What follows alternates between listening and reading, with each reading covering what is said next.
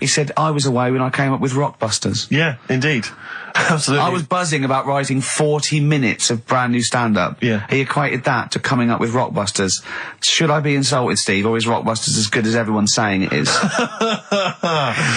Is it the one good idea? Is it like E equals MC squared was to Einstein is to, Rockbusters is to Karl? What if I do this, Rick? What if I played you some adverts right now? Yeah, and then we came talk back about with some Rockbusters. Yeah. You could make the jump for yourself. Maybe I'll do Rockbusters and show people how easy it is to do it wrong.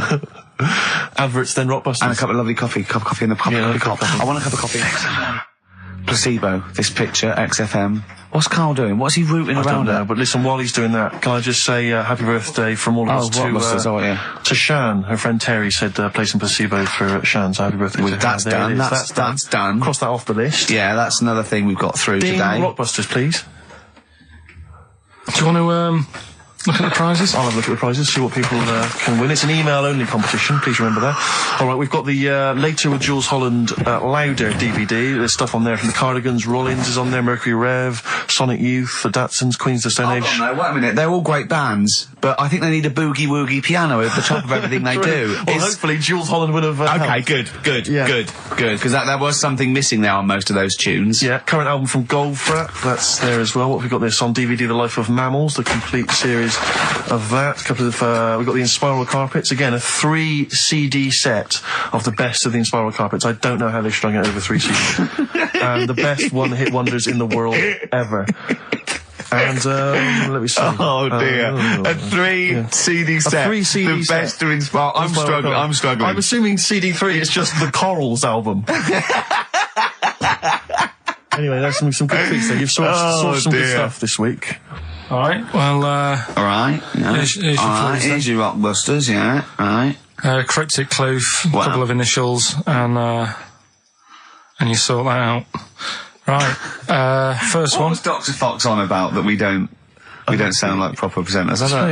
It's mad. Go on, Karl. Right. The first one. A customer wanted some paint to darken up a room. Shop assistant knew what to do. Right.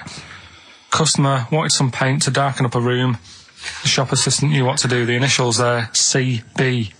Right? CB for the first one there. Right? Second one, it'd be alright if their heads weren't that big. Right? And again? It would be alright if their heads weren't that big. And that's SF. Right? SF? Yeah. And the last one... I know that one. Yeah, go on. And the last one, Chanel have got another perfume out. N-O. Right, Chanel, I've got another perfume out. N-O. You email in ricky.gervais@xfm.co.uk. That's that done. And those prizes can be yours. Yeah. More music, please. Bit of Bob Marley. Any of these going to annoy me? Oh, I've got to stir it up. Yeah. Brilliant. Are any of these clues going to annoy me this week? No, they're all good. Are they really? Yeah. Right. Yeah, we'll be the judge of that. Alright. ricky.gervais@xfm.co.uk. Brilliant. Yeah. Brilliant. My favourite Suede track. No, Stay Together. XFM. Well, nearly time to go. But before we do, a little bit of Rockbuster results. Just checking some of the answers, Rick, and it seems that an awful lot of people have got it right. Go on then. Tell us them again then. Remind us of them before you give us the answers. Alright, Rockbusters number 1 was like this. It was a customer... We're stopping monkey news, by the way, until you start getting some credible ones. Because it's ridiculous. It's not true. No, it seems mad. But no, but it's from the internet again. So anyone can go online, download that story. It's insubstantial. It's get ones from journals or where the source is quoted. Okay, or we're not interested. Or we're not. Well, you don't. Okay. So same with on thin ice. We've pulled this once. We've pulled Rockbusters. We suspended it once, and you came back again. So it's. Do you know what I mean? So go on then. Right, so Rockbusters number 1 was about a customer who wanted some paint, wanted to darken up a room. The shop assistant knew what to do. What did she do? The initials were CB. Sell her black. Right? Sell her black. Sell her some black. You see, I thought Cilla Black, because it's CB, and I thought, well, it can't be, because it's not Seller. It's not Sell Her Black. Cryptic, it's cryptic though, isn't it? No, cryptic doesn't mean it's wrong. Right. They all got it. They all got it anyway, so... It's a bit weird, isn't it? Second one, it would be alright if their heads weren't that big. Right? Right. The initials are SF. Well, one of my favourite bands, yeah. Yeah. The Smaller Faces, isn't it? Small Faces. Well, no, that doesn't make sense. Okay, go on then. And the final one, Chanel have got another perfume out. Right. I'll just say we've had an email from one of our listeners who said if this turns out to be New Order, he's never listening to XFM again. What's the clue again? Chanel have got another perfume out. New Odor. Right, well that's another listener gone.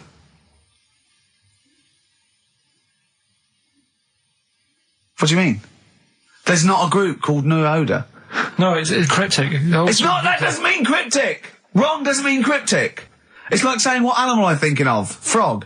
That doesn't mean cryptic. Sell Her Black. What artist is that? Small Faces works. Just about. If I say what animal I'm thinking of, what am I Monkey. thinking? Well, there you go then. So it does work.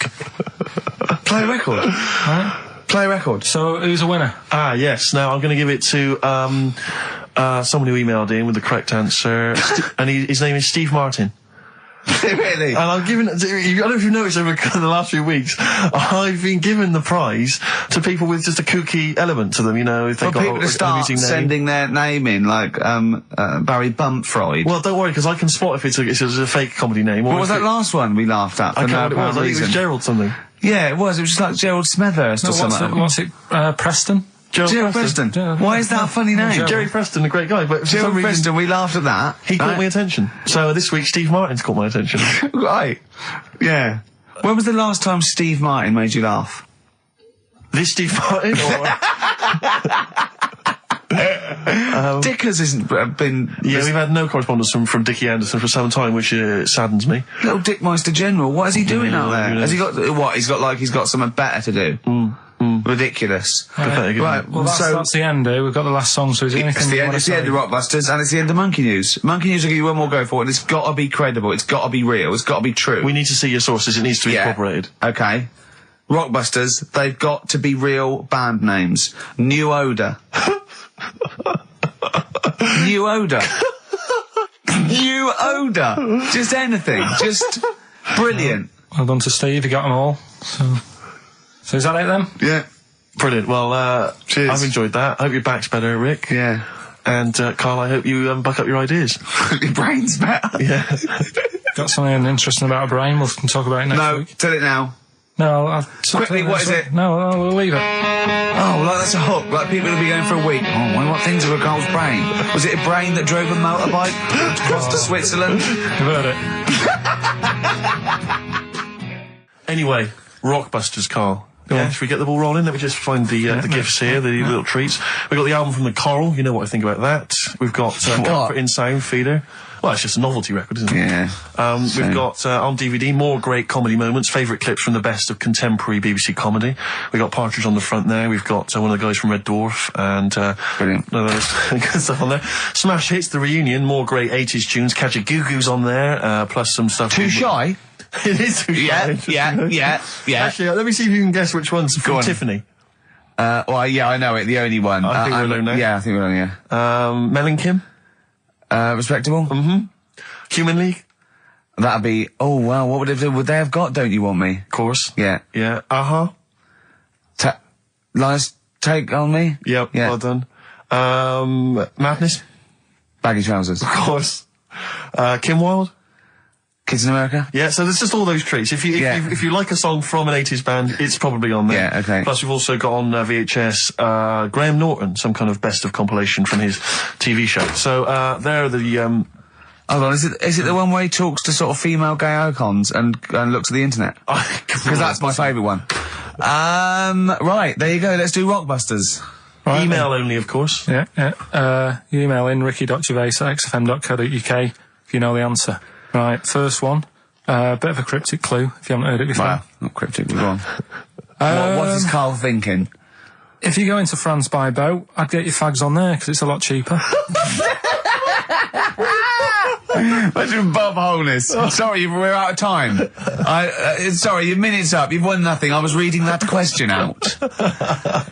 Sorry, right. So what's the... Well, let's do it again, and I want it to be exactly the same, word perfect. I bet you it will change all over the place. He's lost it. Go to France, buy yourself a boat with fags of cheaper. Okay, fingers on the buzzers. You've only got 10 seconds to win the gold run. Okay, first up. Here, I'll tell you what, no, seriously, if you're thinking of going to France, well don't, because go on the ferry, get the fags there, because it's cheaper. Go on. Right, so that one again. If you want to buy some fags, you're going over to France on a boat, get them on there, because you'll save a few quid. BF. BF. BF. Okay. Right, the second one. This little foreign cafe's growing its own steak. This little foreign cafe is growing its own steak. Yeah. This little foreign cafe's growing its own steak. Go on. D. All right. Right. Okay. And the last one. Is that part of it? Hang on. He's the best, isn't he? He's the best. The Jamaican fella might have screamed this on the Titanic. What? The Jamaican fella might have screamed this on the Titanic. Yeah. What's it start with? It's CD, that one. Jamaican fellow might have screamed this on the Titanic. Ricky.Gervais at xfm.co.uk. Please don't phone in. If you can get those, we just don't want to talk to you. Is that Nelly? Yeah, It's a summer tune. It's a summer favourite. We ought to give those Rockbusters clues again. Yeah, go on. We've had very few contributions so far, Carl. I think you've really started. This might be it. I've told you, you're on thin ice. If this goes wrong, if it's rubbish, and if everyone doesn't get them all, that's the end of Rockbusters. Right, well, the first one again, right? Yeah. If you go out to France, right, by boat, you might as well get your fags whilst you're on that, because you'll save a few quid. Right? Different every time. BF is the initials of the artist that little cryptic clue makes up. The second one, little foreign cafe, it's growing its own steak. Right? That's D. Little foreign cafe, it's growing its own steak. D. And the last one, if there was a Jamaican fella on the Titanic when it went down, he'd probably scream this. CD. Right? So email in ricky.gervais at xfm.co.uk. Yeah, right? They're not flooding in, but yeah. Well, we'll see how we do. Rockbusters. Yes. I don't want you to have monkey news right now, because we've just had a little story there. Sure. You don't want to go too far. Yeah, go on. So we'll get Rockbusters out of the way. Have we got a winner? Come on then. See, it worries me that we've had very few entries. I think that even your mental fans aren't getting these, which is really worrying. They must be terrible clues this week. All right, well... has anyone got them right, Steve? I think there's just one guy, who I suspect has won in the past. Well, so what? Right, the first one. If you go out of France by boat, you might as well buy your fags when you're on that, because you'll get them a lot cheaper. Brilliant. Right? Yeah. BF. Yeah. Buy it ferry. Right? That's like... What? Buy on ferry. What? Buy on Ferry? What's that? Is that a band? What is it? I don't know what it is. Brian Ferry. Brian Ferry? What's that got to do with buying on a ferry, though? Just because it's quite close to it. Buy on ferry. What? Buy on ferry. Sorry, what's your first language? The second one. That's rubbish. That doesn't count. No, Brian Ferry. Brian Ferry, buy on ferry. There's this little foreign cafe. It's growing its own steak. That's Delamitri. The third one. What? Sorry, what? What is that? What is that? Delamitri. Deli is a little foreign cafe. Yeah. A meat tree and that. A meat tree? A meat tree? What were the initials for that? Just D for that. Just D for that? Yeah. So not DA? So you didn't even give them a chance to get the group? Well, they got it. Well, no. No, they didn't. Right, it's the end. Go on, right. Go on. Deli meat tree? Deli meat tree. One word. D. Or any letter. They're growing their own meat. M's in it. Go on. Okay, so Bayern, I love Bayern Ferry. And Oxymusic was brilliant. I love Oxymusic. Go on. Can I just point out, Rick, that we've had David Bowie? Deli Meat Tree. Yeah. I don't see why necessarily Aidan, who emailed in, why he doesn't get to win, because he emailed in Dire Steaks. Seems to me just as valid, as far as I can tell, but Delimitri it is. And the last one, if there was a Jamaican fella on the Titanic... I'm looking forward to this. With a little bit of fear. Jamaican fella, if he was on the Titanic, he probably would have screamed this. Yeah. That's Christ de Burgh. Oh, I don't know what to do. Stunning. So who's the winner? I'm not going to give it to anyone. I just don't... What's the Jamaican bit got to do with it? Just the D. Just Christ de Burgh. Say it again. No, I think they've worked it out now. Say it again. Christ de Burgh. And who's that? What? Who's that? Who's what? Who's Christ de Burgh? Chris de Burgh. Who's the winner, Steve? Do you know what? I'm going to give it to Aidan because he just treated you with nothing but contempt. Steve Martin emailed in again. He got the first two, and then the last one he just emailed. I neither know nor care about this answer. I'm tempted to give him each one. Do you know what you've done there, don't you? Go on. You've put the nail in the coffin of Rockbusters. I warned you for 3 weeks, and you sort of bucked your ideas up for a little while. But Christ de Burgh... Those are the worst you've ever done. The worst ever. Delimitri. So, and didn't it just put D, and then Bayern Ferry. Bayern Ferry. Bayern Ferry. So, is that it then? Aren't we doing it Play anymore? record. Aren't we doing it anymore? I'm ashamed. You're an idiot. Are we doing it anymore? I'm just going to keep saying you're an idiot. Play a record. Are we doing Carl, it have you learnt nothing from Dr. Fox? Yeah. That's not a Sony out the window. Huh? Aren't we doing it anymore? What, you need to start working on it now because they're so good. You need to start working now for next Saturday. Aren't we doing it anymore? Just, I don't know. Aren't we doing it? Flaming Lips. Fight test. So, end of Rockbusters probably, I think. Well, a little rest. I didn't announce a winner, and I would like to give the prize to Mark Blackwell, because I think Mark treated the quiz with the kind of contempt it deserves by emailing in the right answers after we'd given them out. And that seems fair enough to me. That's the only way really. I'm still surprised you got them right. It's amazing. So well done, Mark. You get those fairly mediocre prizes. Adverts? I'd love some adverts. Yeah. Monkey News after that? Well, maybe. Now, Rockbusters, dead in the water, isn't it? We've killed that off, have we officially? We killed off Monkey News and Rockbusters. Didn't I tell you that there was some sort of petition for Monkey News? Was there? What was the Caused story? a lot of just loads of emails and that. You mean you've done Monkey News? You mean you want to do Monkey News? No, but seriously, there's uproar, and people were like, "You can't get rid of Monkey News. Yeah. Don't be doing that." Who sort of what? Loads of people. Was it monkeys trying to write the complete works of Shakespeare? Did Tony Blair get a whiff of it, and he's coming down we're like a doing ton of Monkey bricks? News. And Rockbusters, Steve, if you've got a better competition, then we'll do yours. That's fine. Do you know what I mean? If that's what you want to do, we'll do. What did you want to do? No, I was just wondering whether we should perhaps not do a quiz at all rather than do that piece of rubbish. Might be better to have nothing. Might be better just to have silence during that part of the show than have Rockbusters. I don't know. If I give you the clues and that, and if you think they sound rubbish, we're not doing it. Well, I know that. I guarantee they're going to sound rubbish. All right, let's make it the last Rockbusters then. This is the last Rockbusters. Well, it depends. This is it. Okay, this is just... If it's good, you get a reprieve. It's all about this. Okay. Okay. Go on then, let's do Rockbusters then. Oh, we're doing it now. Should we play a record and do it after that? Do it after. Well, I'll tell you what. I'll tell you the prizes and then we'll come back with the clues. Because I've dug up that REM track. Excellent. So it's an interactive show. Okay, we've got the best summer holiday album ever. What we got on there? It's got Elvis versus Junkie XL. That's brilliant. Holly Valance is on there. Yeah. Laz Ketchup. It's all the stuff that the XFM listener is craving. A tribute to the Ramones album. We got Red Hot Chili Peppers are on there. Metallica. Street Legal from Bob Dylan. That's nice. Brilliant. Did you just buy that in the 4 for £20 from HMV deal? Fair enough. Once again, a good album. The Talons of Weng Chiang, a Doctor Who classic. Yeah. And there's something for the XFM listener. 8 Mile on DVD. I thought that was nice, that film. That was the last bit was funny. It's a good film. Some good rap-offs in that as well. Yeah. So let's play a tune and then we'll come back with the Rockbusters clues. REM, go on. Give it to him. Anyway, listen, Rockbusters. Oh, come on then. Let's get it done. Really?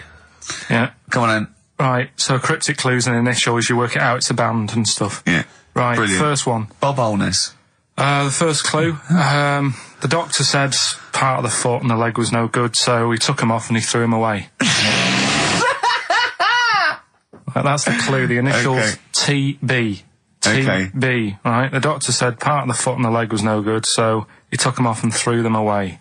Second one, the Scottish Monster has got a bit of a tan, right? The Scottish Monster has got a bit of a tan. Okay. That's TD, right? And the last one, the 60s singer had a heart attack whilst he was having it away. We won't be seeing him again. Right? And that's FNM. FNM. Well, the 60s singer's had a heart attack. He was having it away. We won't be seeing him again. Email in ricky.gervais@xfm.co.uk. Remember, this is to save Rockbusters. If people don't get this, right, it's no more. So you better, if you want this feature to stay, you better get the clues. Right? Good work, Carl. We'll give those clues again after the next tune. What are we playing? Yeah. Oh, you love it, don't you? You love it. Good, it's a good stomping pop #1 rock. Right.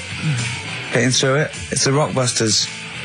Right. It's the Rockbusters results, really, because this is a very important result. It's whether they stay in the Premiership or are relegated. This is the playoffs for Karl. Okay? You need 3 points. You need 3 points to stay up, Karl. Go on. Right, we had a lot of right answers in that. Right, okay. That's in your favour. You know. Okay. The first clue was the doctor said part of the foot and the leg was no good, so he took them off. He threw them away. Yeah. The initials TB. Yeah. Right. Go on. Tony Bennett. Alright, that's Tony Bennett. Tony Bennett. Tony Bennett. Yeah. Okay, that's a warning. That's a yellow card. That is a yellow card, but you can still get the points. Right. Because his name's not Bennett. Tony, brilliant. Tony, perfect. A pun. Knee, his name's Tony. Perfect. Bennett, no, his name's Bennett. See? Well, he's in London this week as well, so I don't know if it's sold out. I won't mind. Are you on drugs, or did I actually crack your head? Did I actually give you some brain damage? Because you're worse than usual now. It's like, go on. Right, the second one. That Scottish fella. We've got to speed this show up. Hang on a minute, hang on. I've just got to make sure it's right. We don't want to look stupid. Right? That Scottish Monster has got a bit of a tan. I don't think we can look stupid with material like this. TD, that Scottish Monster's got a bit of a tan. The answer there, the Darkness. I'll give you that. Right. Well done. And the last one. Goal. The 60s singer, he had a heart attack the other way whilst having it away. You won't be seeing him again. The initials FNM. That's Faith No More. Adam Faith. Right? No! Doesn't count! Why not? Adam Faith No More. Right? Adam Faith No More. So, sorry, what is the clue? Is the clue Adam Faith, or is it Faith No More? Just Faith, I suppose. Just Faith No More. He's a 60s singer. So we got that. That's that. Safe for next week. Who's the winner? What do you make of it? You've got the deciding vote, Rick. Well, come on. I mean, you know my feelings. It works, Faith No More, but he's mixed up what cryptic is and that, because the fella, I mean, Adam Faith did actually die having it away, didn't he? Yeah. So it's all about him. It's all right. All the facts are right. Anyway. Okay, I think he's got a reprieve. I think I'll give it to him. I think I've got to give it to him, Steve. I think I have. He actually pulled that out of the bag, that one. There's no Jamaican fellas seeing icebergs or, Whitney Houston. The closest he came to is Bennett, and I'll let him off that. I've got to be a fair ref here. Well, fair enough, and well done to, I'm always a fan of names that for some reason just strike me or tickle me. Yeah. And this week the lucky winner is, Dave Suckling. There's nothing amusing about that. Oh dear. So well done to Dave Suckling. Okay. Suckling wins it. Suckling takes the prize. He takes the prizes, and well done to him. I guess there's more of that next week, and we're fast approaching the end of the show, Rick. I know you are excited about that, as am I. Well, I know, but the best to come, because we've still got Bruce Springsteen coming up now, followed by Monkey News. Monkey News. It's amazing. What an amazing show this is. Right, we're doing Rockbusters. Yeah, come on. Listening Steve, online. do you want to do the clues? I wonder what the clues are. I'll never be able to piece them together, but I'll give you the prizes. The Old Grey Whistle Test, Volume 2. Kumar's at number 42, Volume 2, or maybe that's Volume 1, who cares? Porridge, Series 3, Volume 2. The Office, complete second series on VHS, for anybody who's still got grandparents. And U2, a best of 99 to 2000. And Smash Hits, the reunion. That'll be the kind of stuff you'll love. Spice Girls is on there, Liberty X, Atomic Kitten. Do you see that? Do you see Steve's enthusiastic? Even though the competition's rubbish, the prizes are second rate, Steve is going, well, I'm not going to punish London, right? I'm going to big it up. You're there. Oh, do you know what I mean? Come on. Right, here's the first clue. Clue one. Come on. Come on! Shut up! Come on! Can't do any photos because it's been nicked by a German. Right, start again. Oh, Start again. what? Clue 1. Rockbusters, Clue 1. Okay, this is Rockbusters with Karl Pilkington. Go! I can't do any photos because it's been nicked by a German. And what's the initial? AC. Right? Next. Second clue. If you keep eating, this bit of your body will get bigger. PC. PC. It's an artist or a band. Who is it? PC. If you keep eating, this part of your body will get bigger, right? Yeah. And the last one I'm not really sure about. If you... He's actually winging it now. Imagine if this was Mastermind. I'm not sure about it. I know your specialist subject Come is... on! Okay, go! The place where you go to take your dog a walk and that. The place where you go to take your dog a walk. Forget it then. No, we'll do it! No, do it! Get you! Tim Burgess. Oh my Corazon, is that? Yeah. What's that mean? I have no idea. Phone in if you know. No, don't bother. Oh, email then, at least. Okay. I'd like to know these things. Sure. We were doing Rockbusters just before the ads and the record. Rick, I know you were enjoying it. Yeah, come on, get this clue out, Carl. There's 3. What is it? Right, the first one was... No, we don't got the first 2. What's Can't the do third? any photos because it's been nicked by a German. Yeah. Second one, if you keep eating, this bit of your body will keep getting bigger. Yeah, it's different every time. Go on, what's the third one? Where you take your dogs for a walk and that, or you might go there on a Sunday. What? Sort of... Oh, Jesus. Rick, Right. please, Rick, just be quiet for just a moment. Right, okay, do this clue. Right, start from now. This is the third Rockbuster clue. That was a Freudian slip. Yeah, God, we'll get done. Right, go on then, go. Where you take your dog a walk, or you might go there on a Sunday and that.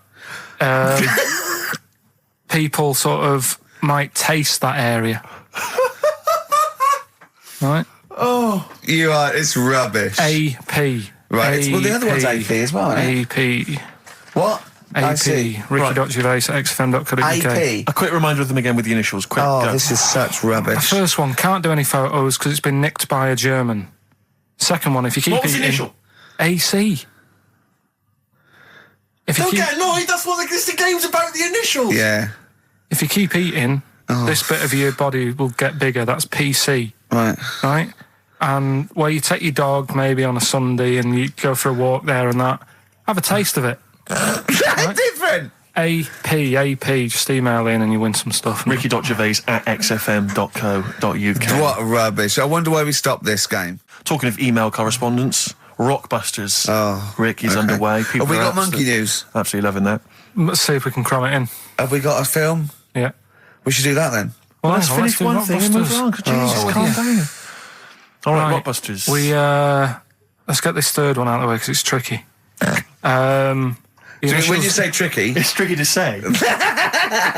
initials were AP. It was... when you take your dog out on that, or maybe on a Sunday. Come on, let him finish. Rick, let him finish. You take your dog there. You might go there on a Sunday. Have a taste of it when you're there. Right? That was AP. The answer. Alex Parks. Right? Alex. Alex Parks. Yeah. It kind of doesn't work, that one. But That one doesn't work, I know. I know. It's You know that one doesn't work. Yeah. Okay, good. Okay, well that's fine. That's, Then that's fine. what I was trying to work out when you were messing around. That's why it isn't that good. Okay, come on. The other ones. The first one was the German These are gonna be fella. brilliant. Can't do any photos because it's been nicked. What's German that? fella can't do any photos because he's been nicked. That was, The initials were? AC. I've got it. I took, Right, it's Aztec camera. Yeah. But what's that got to do with the German fella nicking it? Because the way he'd say it, he'd be like, you know, Aztec camera. So why ain't you taking any pictures? Can't. Why? Aztec camera. Why is that German? Just sounds a bit. Right, do you know that's rubbish then as well? You know that one doesn't work, do you? And the second one was, if you keep eating, this bit of your body will get bigger. PC. Yeah. Phil colons. Phil. It's honestly right, Carl. Phil Collins. Phil honestly, Collins. right, okay. I don't know what the PC term is for this, but I honestly think, I think you're quite bright, and I think you're quite streetwise and all that things. But I actually think, I've got to be so careful here not to offend people. But I think you might be. Could you maybe describe it through a sound? You might be educationally subnormal. Does that worry you? No. I've got by all right. I'm not going to worry about it now. You know what I mean? I'm 30. Do you know what I mean? Why start worrying about it now? But you've got the mind of a 12-year-old. So what? Sure. Do you know what I mean? I don't worry about stuff. If you don't know about stuff, you don't worry about it. Yeah. So I'm happy. Well, if he's educationally subnormal, I'm afraid also Matt Briggs of South East London is as well, because he got all three right, as did a number of other people. Well done. that. Yeah. So he's won that stuff. He has indeed. Play Record, we've also got your film quiz coming up, and Monkey News. We're all looking forward to that. Right. Monkey News. Bit of Bowie. Yeah, one of my favourite Bowie songs of all time, Letter to Hermione from Space Oddity. Have you got any Christmas shopping? I should shoot off and do that now. Rockbusters. Yeah, brilliant. Right then, this is where I give you a little cryptic clue and some initials, and it sort of makes up a band or an artist and stuff like that. Yeah, brilliant. Sort of being the operative phrase there. Yeah. Let's see how he reads this clue. Yeah. This is going to sound like Oscar Wilde. Clue number one. 3 different clues. Clue Oscar number Wilde 1. was Chinese, apparently. Was it? Yeah, it was illegal then. Right. Will you leave the entrance to my garden alone? Sorry? Right. Will you leave the entrance to my garden alone? Are we back on the gay thing, or is this...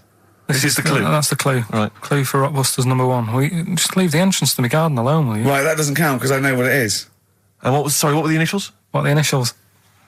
GG. Correct. Yeah, right, but you've got to pronounce the artist correctly. I'll pronounce the artist because I know what it is. Don't ruin it. No, People- when the answer comes, I'll pronounce the artist. Right, can we just focus, please, on the quiz? Go. What was the clue again? Give it again.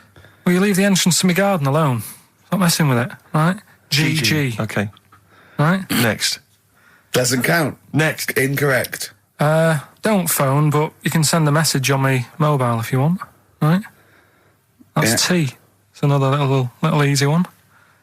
And the last one, we were sharing out the mail sheet. Right, that doesn't count either. Can we just I know what that is. I know what that is. I don't care. We'll come to that later. Yeah.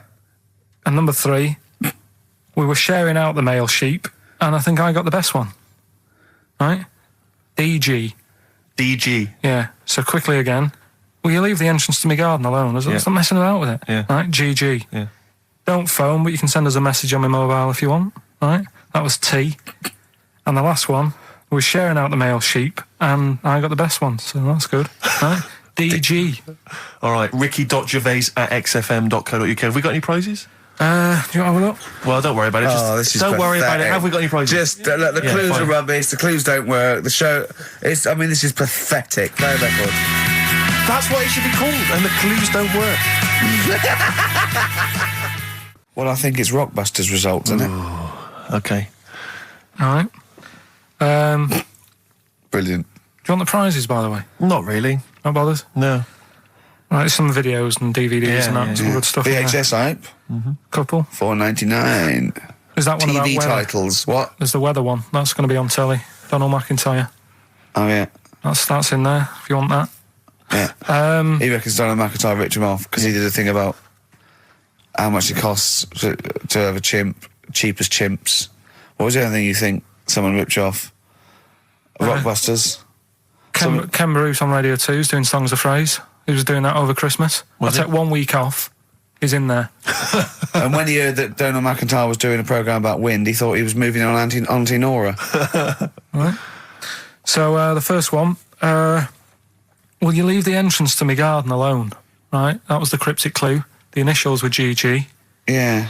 That was Gareth Gates. Gareth Gates. Gareth. What would you... Gareth Gates. No, but it's Gareth Gates, isn't it? So why would you say to someone Gareth? Is that like what's that, a Manchester thing when you say Gareth? Gareth Gates. Gareth Gates, Gareth Gates, the bloke who came second in Popeye, but Gareth Gates. So that's the first one. What was it about getting off the thing, though? Leave my entrance alone, though. I don't understand what it's got to do with leaving my entrance alone. The gate Gareth, to the garden. No, the gates bit, but what's Gareth got to do with it, you ignoramus? Don't phone, but you can send me a message on my mobile if you want. The initial was T. Text us, right? Just... No, it's text. The word's text. So you'd have to say text me. Text us. Text, what do you mean? No, text me. What's that? The third one was, we were sharing out the male sheep and that, right? Yeah. I got the best one. DG, right? We were sharing out the male sheep. Get to it. It doesn't work anyway. Get to it. What is it? Delta Good Ram. Delta Good Ram. You were dealt a good ram. Delta Good Ram. All right. So who's the winner? We're going to give it to Stephen Gunning from Tooting. He's got all of those right. I don't know how, but well done to him, and he wins some crap in a jiffy bag. Literally. You too on XFM? Yeah. But now it's Rockbusters. Can I just say something now before we do Rockbusters? A lot of people they come up to me, they say, Steve, we like the show. When are you going to get rid of Rockbusters? It brings it down. I'm not joking. I'm not joking. There is lots of people. But come on, let Carl speak. Come off it. What? Come off it. What? I know people who say, you're never going to stop that, are you? So one of us is lying again. Well, not really.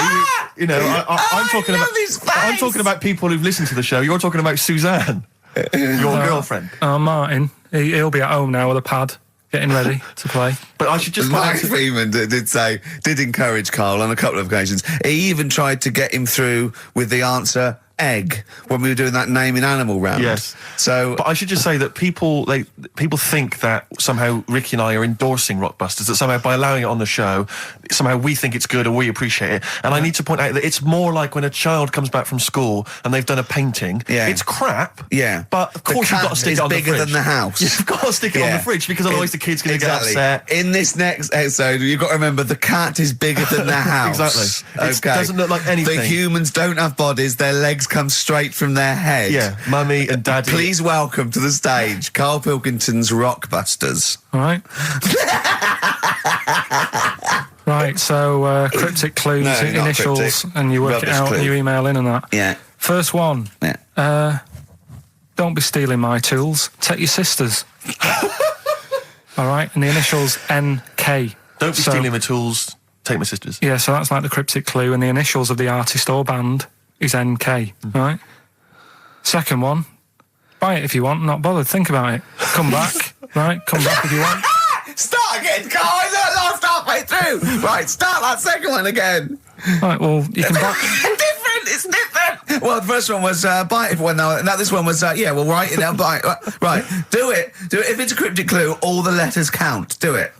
Buy it if you want. I'm not that bothered. You know. Think about it. Come back. Check some other places out first before you know. Clue in the Times. So we've got no time for other clues. Right. So that's SC. Right. Do that clue again. Buy it if you want. I'm not fussed. Do you know what I mean? Think about Fussed. It. Fussed is making an appearance. Fussed wasn't there before. Do the clue again. Do the clue again. Initials SC for that one. Do the clue again. I don't want to do it again. You haven't finished it yet? I have. That's it. No. Do the clue again. Can't do it again. Do the clue again. Well, buy it if you want. I'm not fussed. Right? Shop around. Come back. It's up to you. I'm not pushing you into anything. It's up to you. Wasn't there? SC for that one, right? And the final one. That's good. I can play 10-pin bowling again. Okay, and what's the clue? Christ. That's O for that one. O. All right, so now I assume that I'm not going to bother to look, but I assume there's a jiffy bag of tacks which people can win. All right, well, great, good luck. Ricky.Gervais at xfm.co.uk is the email address. Thorns. No, buy it if you want. I'm not fussing. Come back, have a look around. I'm open Wednesdays, by the way. Shut up, see you later. Rockbusters, well on the way. Any right answers yet, Carl? I'll just check. Let me see. We got one email. One email? No. No, because they probably don't make sense. Yeah, no responses whatsoever. There's some on the text and that. Really? 83 XFM if you want to do it on the old text. Speak up, Carl. You're not just we're on the radio. Steve, no, we're on the radio. Yeah, we're live. Just letting you know, do it on the text if you want. Send it in on the text. Well, what is it? Say it. 83 XFM. Right. Right? What's the email address again? ricky.gervais@xfm.co.uk. Are you tired today, Carl? Are you just bored or? No, I'm all right. I'm good. Yeah. Yeah. Right. Go on, Carl. Should we have the Rockbusters answers? Yeah, We've got to go get on, that I'd out of the way. I'd love to. Number one was, don't be stealing my tools. Take your sister's. The initials were NK. That was Nick Ersaw, right? Nick Ersaw? Nick Ersaw, 80s. I don't know. I've never heard of that band. Sort of Nick Kershaw. Nick Kershaw. Yeah, Nick. Sorry, what? Nick I don't Kershaw, understand it. that's- Nick. How does Nick Kershaw? Second one was, No, don't move on. Nick Ersaw. What's Nick Ersaw?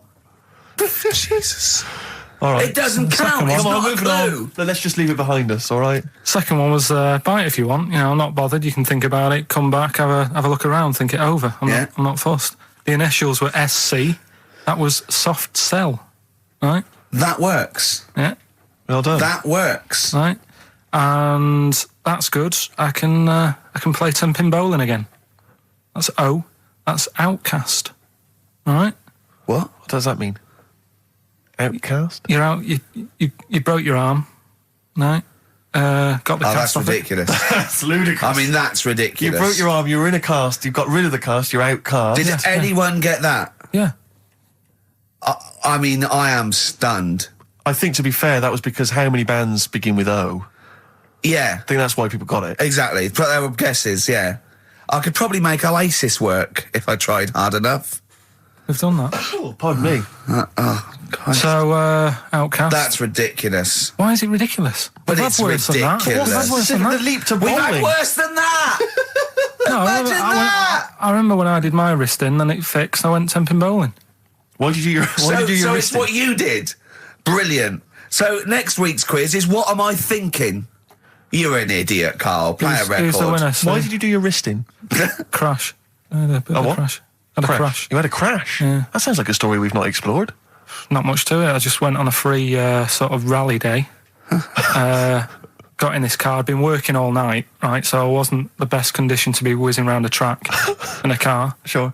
Like a Formula 1 type car. Yeah. Spun out of control, hit some mud, smashed it all in, wrote it off, and I didn't realise I'd done a load of damage until... Well, you landed on your head, but you were fine. Yeah. Who's the winner? Mike Godliman.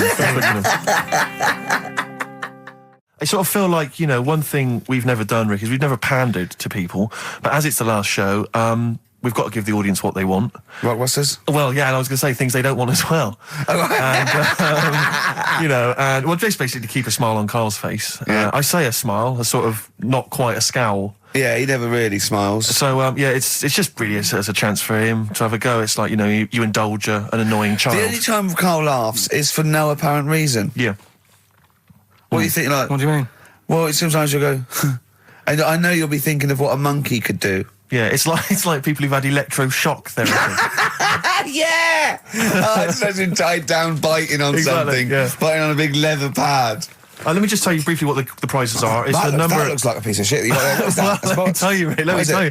There's a number of mediocre CDs and But DVDs. that is real But time. mainly, What's that? what about this? It's the Lord of the Rings Collector's Edition. Oh. Of the movies, you're thinking? No, it's the Radio 4 adaptation. It's only 14 hours long, Rick. Oh, that is... Throw that away. So, Pop that in the bin. so That that's is just... Either pop it in the bin or send it to some poor bastard who wins this quiz. exactly. If you're willing to take part in the quiz, you deserve 14 hours of your life Yeah. wasted with that Tolkien trope. So, Right. yeah, what are the clues then, Carl? Right, as always, just, you know, cryptic clues and that. Initials of a band or an artist, work it out, win the stuff. Yeah. Email only. Yeah, ricky.gervais@xfm.co.uk. First clue is as follows. The Jamaican fella wrote a review for... It's the good old Jamaican He's fella. back. The Jamaican fella. It's the last show and the little Jamaican fella's made an appearance. This normally suggests that you need to think of the answer in a Jamaican accent. Yeah. Or not. Yeah, or not. Yeah, so any hang on, accent. hang on. Or an accent. Or pronounce the word slightly differently. Yeah, okay. Yeah, go on. The Jamaican fella wrote a review for Phoenix Nights. Alright? Yeah. DC is on the initials. DC? D for Derek? Yeah, Okay. DC. The Jamaican fella wrote a review for Phoenix Nights. That's the first one. Second one, it's 3 of them. Second one is, we should all vote for Paul Daniels, David Blaine, Copperfield, The Great Soprendo, Tommy Cooper, and Darren Brown. We should all vote for them. Why is that? What's going on? I've just got the first one. ES. ES. Right? ES. Okay. And the last one, Steve, what did your dad do? Huh? Steve, what did my dad do? What did your dad do? Is that the question, or are you asking me? Well, Ricky, what did your dad do? It can work on anyone. What Right. did your dad do? Alright. Right? That's E. Right? What did your dad do? Quickly again, the Jamaican fella wrote a review for Phoenix Nights. Right? DC. Second one, we should all vote for Paul Daniels, David Blaine, Copperfield, all right. Great Soprano. No, but that's important. Right? ES, and the last one, Steve, what did your dad do? Right? Okay. And the initial E. Ricky.gervais@xfm.co.uk. We don't want to speak to you. Please don't phone up. Remember, you could win some Lord of the Rings tripe. There's no more on XFM. Last Rockbusters ever, thank Christ. What Play a record! I'm not sure you Rockbusters can. answers. Let's do Rockbusters answers. Rubbish. I don't want the gig anyway. Like they were seriously considering him. Thanks for coming in! Brilliant! Go on. Did I tell you my dad's always been asked to go on that? He's Why? always been asked to go on. Is Okay, he a woman trapped in a man's body? No, they want to talk about you. They have to go there. So it's right. disappointing. Go on. Anyway, Rockbusters, right? Right, first clue was Jamaican fella wrote a review for Phoenix Nights. Yeah. Right, that was the cryptic clue. The initials were DC. Yeah. What is it? Come on, no, you tell me. It's Define Comedy. All right? Define comedy. It's a divine comedy. All right? What is that? That's I'm a just Do Jamaican the accent again. Do the accent again. Oh, it's just divine comedy. That's just to help it along. That's Do it just again, to do the help accent No, I'm again, not doing it again. You've got the answer. It doesn't matter. Let's move on. Right? Second one. We should all vote for Paul Daniels, David Blaine, Copperfield, Great Soprendo, Tommy Cooper, and Darren Brown. Why Go is on. that?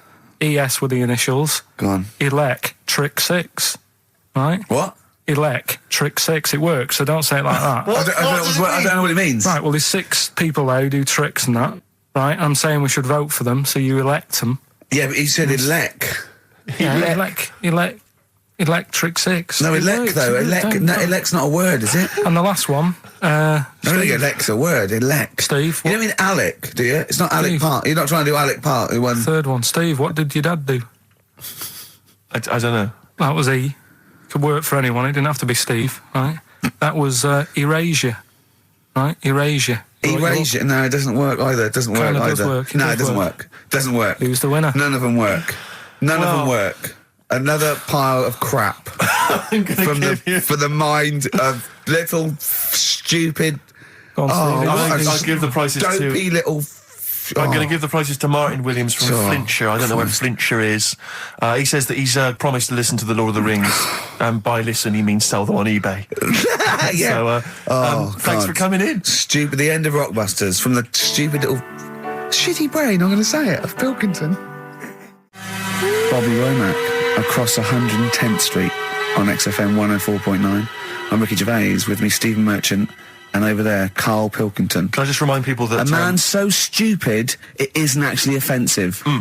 I just want to put that out there. Yeah. Okay, good. No, just wanted to remind people that they can get in touch on the text 83XFM. You'll need that text number shortly because we're going to be playing Rockbusters very soon.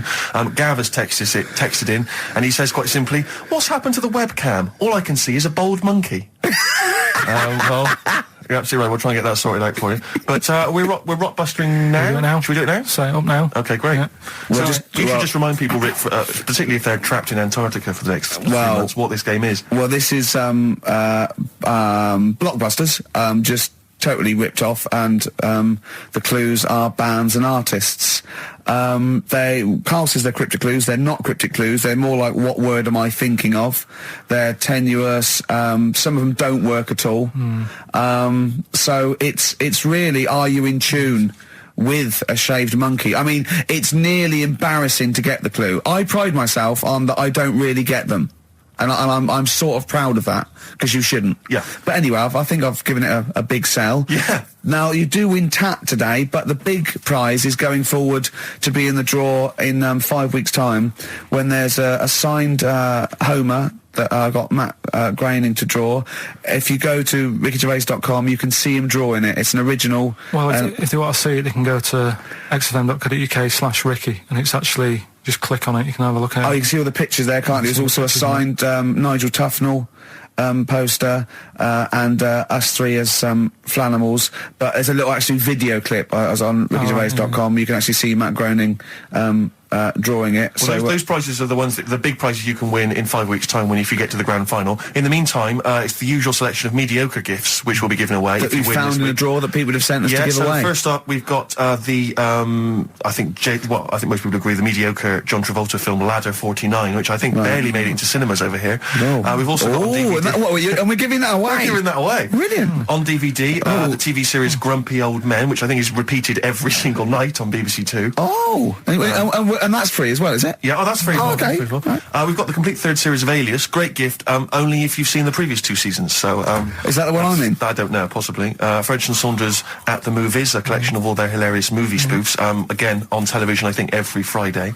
And the TV series Operation Good Guys. Fine series, but you could see that on UK Gold most nights. So once again, an excellent selection. But if you win all those and take them straight down to Record and Tape Exchange, you will be able to get 2 albums that you actually like. That's exactly right. So people send us them, so they sort of get bigged up on the radio. So that's done. We don't need to worry about that. Angry. So anyway, then three clues. Well, hang on, let's play the jingle. No, I haven't got one. You not got a jingle for Rockbusters? No. Well, do one quickly now. Okay. Rockbusters. Brilliant. All right, so we got 3 of them. Cryptic clue and the initials. The band. It could be a band or an artist. We've done all that, haven't we? Yeah. All right, first one. The fella let his wife know how he got the bruise on his leg. Right? Give us that again. The fella let his wife know how he got the bruise on the leg. He got a little bruise. Yeah, it's all. Imagine that in the Times crossword. You read it again, it's slightly different. Every time I look back at this crossword, it's slightly different. All the words change. It can't be cryptic. The initials there, CL. Right, CL. Fella got a bruise on his leg. He let his wife know how he got it. What's going on? Right, second one. All the muttering. And what's the next cryptic clue? Second one. That Potter lad had a lot of bottle doing all that stuff with the wizards and that. Right, he had a lot of bottle playing with the wizards and that. What's all that about? Right? I love it. He always says, "What's all that about?" TB there, band or artist, the initials TB. That Potter lad, he's got a lot of bottle doing all that stuff with the wizards. Right? And the third one, the Buddhists won't be able to get in their temple without these. What do they need? Right? The Buddhists won't be able to get in their temple without these. The initials TM.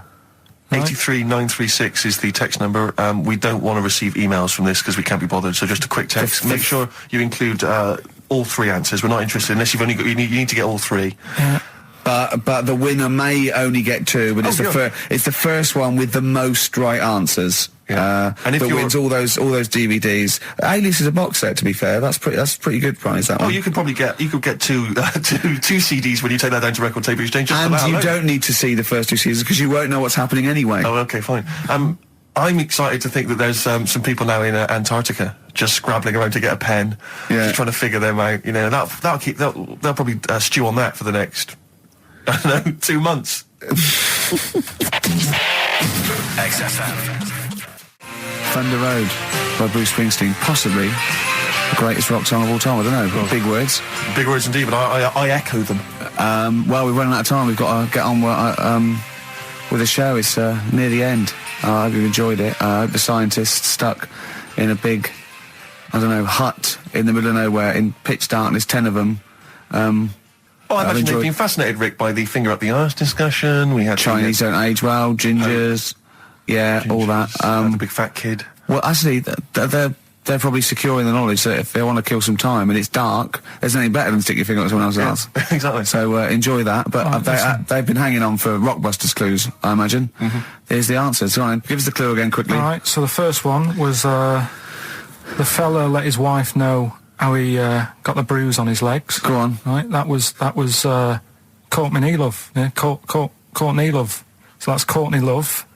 So that's the fine. first one. CL. So that one's fine. The second one, that Potter. What am I doing? Letting that one Just go? let it go. Just let it go. Am I just letting that go? Annoyingly, we haven't got time to take issue with it. Rick. Okay. That Potter lad, he's got a lot of bottle, hasn't he, doing all that stuff with the Wizards and that. Go on. That's Brave Harry, yeah, the Bravery, current sort of XFM band, the Brave Harry, that works as well. No, it doesn't. And the last one, No, it doesn't. No, it doesn't work. the Buddhists It doesn't work. won't be able to get in their temple without Doesn't these. work. Brave Harry. It doesn't work. Brave Harry. The Brave Harry. Buddhists won't be able to get in their temple without these. TM, that's Yeah. the monk keys, right? So who got all them? The Monk Keys. Who got all them? Right, Which band are called the Monk Keys? the monkeys. Oh, the Monkeys. Yeah, the monkeys. Right. So who's the winner this week? The winner this week is Gina. Well, we're letting that go, yeah? Gina got them all right. I think her text said she was from Horrorstead. I don't know. I've never heard of that place, but I assume that's right. But Gina, you win that selection. I can't believe she got them. I cannot believe she got them. But she goes, wins those and also goes into the prize draw. We'll have 6 people competing for that original Matt Groening thing. If you go to rickygervais.com, you can see Matt actually doing that. We've got a signed Nigel Tufnell and original drawing of us as Flanimals. If you want to see it, xfm.co.uk/Ricky. If you want to have a look at the picture. And well, that's it. It's 3 o'clock. I'm Ricky Gervais with me, Steve Merchant and Karl Pilkington. More drivel next time. A Shaven Monkey. Right. Half Light by Athlete on XFM 104.9. Ricky Gervais, Steve Merchant and Karl Pilkington. Karl, Right. 2 o'clock. Let's get Rockbusters rolling. I should just, if people aren't familiar with Rockbusters, then someone has actually sent in one of their own to test Karl. They've used, I think, the same principle that Karl has, which is, utterly random. Yeah. As you said before, Tenuous. really just try Not and really think of cryptic. something Yeah. that he might be thinking of. Sure. So I'm going to, I mean, she's done it quite coherently, but I'm wondering if I should sort of say it more as Karl might say it, just slightly less. Well, different every time. Yeah, slightly less coherent. So, Karl, this is one for you, all right? Go on. It's Sunday morning. I'm just, I'm in bed, but I don't sleep, but like Hollyoaks is on, the omnibus, I'm just watching that, I go and make a lovely cup of tea, in the bed with Suzanne, aren't I, having a cup of tea. What's going on there? Just watching the telly and that, but hang on, I haven't got anything to dunk in me, in my tea. I haven't got anything to dunk in my tea, have I? Yeah, I mean, I haven't got anything to dunk in there, and I'm just having, what am I doing? Is it LB? It's LR. Oh. LR. So, have a think about that one, Karl. I think I know it. Yeah? Do you? Go for it. Go on. Is it Lionel Richie? It is Lionel Sort of. Richie. What's your logic? Sort of lying in, lying ill, and it's like No rich tea. No rich tea. Yeah. No biscuits, no rich tea. Lying, no rich tea. I think we're- Lionel Rich tea. Lionel Richie. It works. We've It's just done as one a coherent bit as one of like yours. it. What's that? We've done one a little bit like it. There's nothing wrong with that. I cannot believe you got it. That's a You got it taster. instantly. I cannot believe you got it. I might not have got it without the initials, but that's why we chucked them in, just to help you along. So, Right, so what have you got for us right, this so week? we've got 3 of them. Oh, by the way, don't bother calling in Kate Bush because Karl doesn't want to answer the phones. He says Kate Bush is not going to call, so it's all going to be nutters. So we apologise. He's got one thing to do. He didn't even get the sound right because someone was complaining about they couldn't hear Steve. He's got to do Monkey News, which is always twaddle, and he won't even answer the phones now. So I don't know why he gets paid. He takes off Mondays because he I don't. works Saturdays. He I gets don't. paid for Saturdays. He takes 5 weeks Not off holiday a Mondays. year. Not off Mondays anymore. and he moans. Not off Mondays. Wow. Right, What have you got for us? right then, the first one. There's a vehicle that sells kebabs. Right? There's a vehicle that sells kebabs. Initial B. Right? B. Right. Right? Have you worked that one out? Of course I haven't. Right, the second one. You're asked if you want that bit of the egg. You what? You're asked if you want that bit of the egg. You Yeah. think about it, but we sort of decide against it. And again? What's going on there? You're asked if you want that bit of the egg. You think about it, but you go, nah, I'll go against it. Right? I've got it. Is So it that's his initials W-O-Y-O? Yeah. Got it. Right, so... Okay. yeah. That one works. No, it doesn't. No, it doesn't. No, it doesn't. And the last one, I don't think this burger will catch on. I don't think this burger will catch on. Yeah, and the letter there is M. So you just text or email in with the answers and win some stuff. What have we got? We've got some prizes. We've got another box set of the League of Gentlemen. This is instant gratification, but you go into a draw for something bigger. So what have we got today? Yeah, well, today, this is what you're taking home today. You've got the League of Gentlemen, the complete collection on DVD. That's worth having, definitely. We've got Catterick, which is the current Vic and Bob show on BBC Two, which is good. The Aviator, the award-winning Leonardo DiCaprio, Martin Scorsese biopic, and once again, Ladder 49. We'll give that away again, are we? Yeah. Apparently do we get a job like those? We got loads of them. We got boxes of them, stacks of them. Oh, excellent. So email in if you just want a copy of Ladder 49. I'm sure we could dig one out for you. yeah. Or phone in, because Carl does not answer the phones. Right. And remember, the winner goes forward into the chance to win the big prizes, the signed Homer drawing, the signed Nigel Tufnell poster. And you go to rickygervais.com and see Matt Groening actually drawing that to verify it. Bit of Lloyd Cole won't never anyone has it? Has it? Roxy Music with the old Dylan classic Hard Rains on XFM 104.9. Mixing it up, just mixing it up, mixing and matching. We've got Neil Young, we've got a bit of Roxy Music, we don't care, do we? They're all right up, bang up today with some of the latest tracks from Feeder and the like, so... Yeah, big time.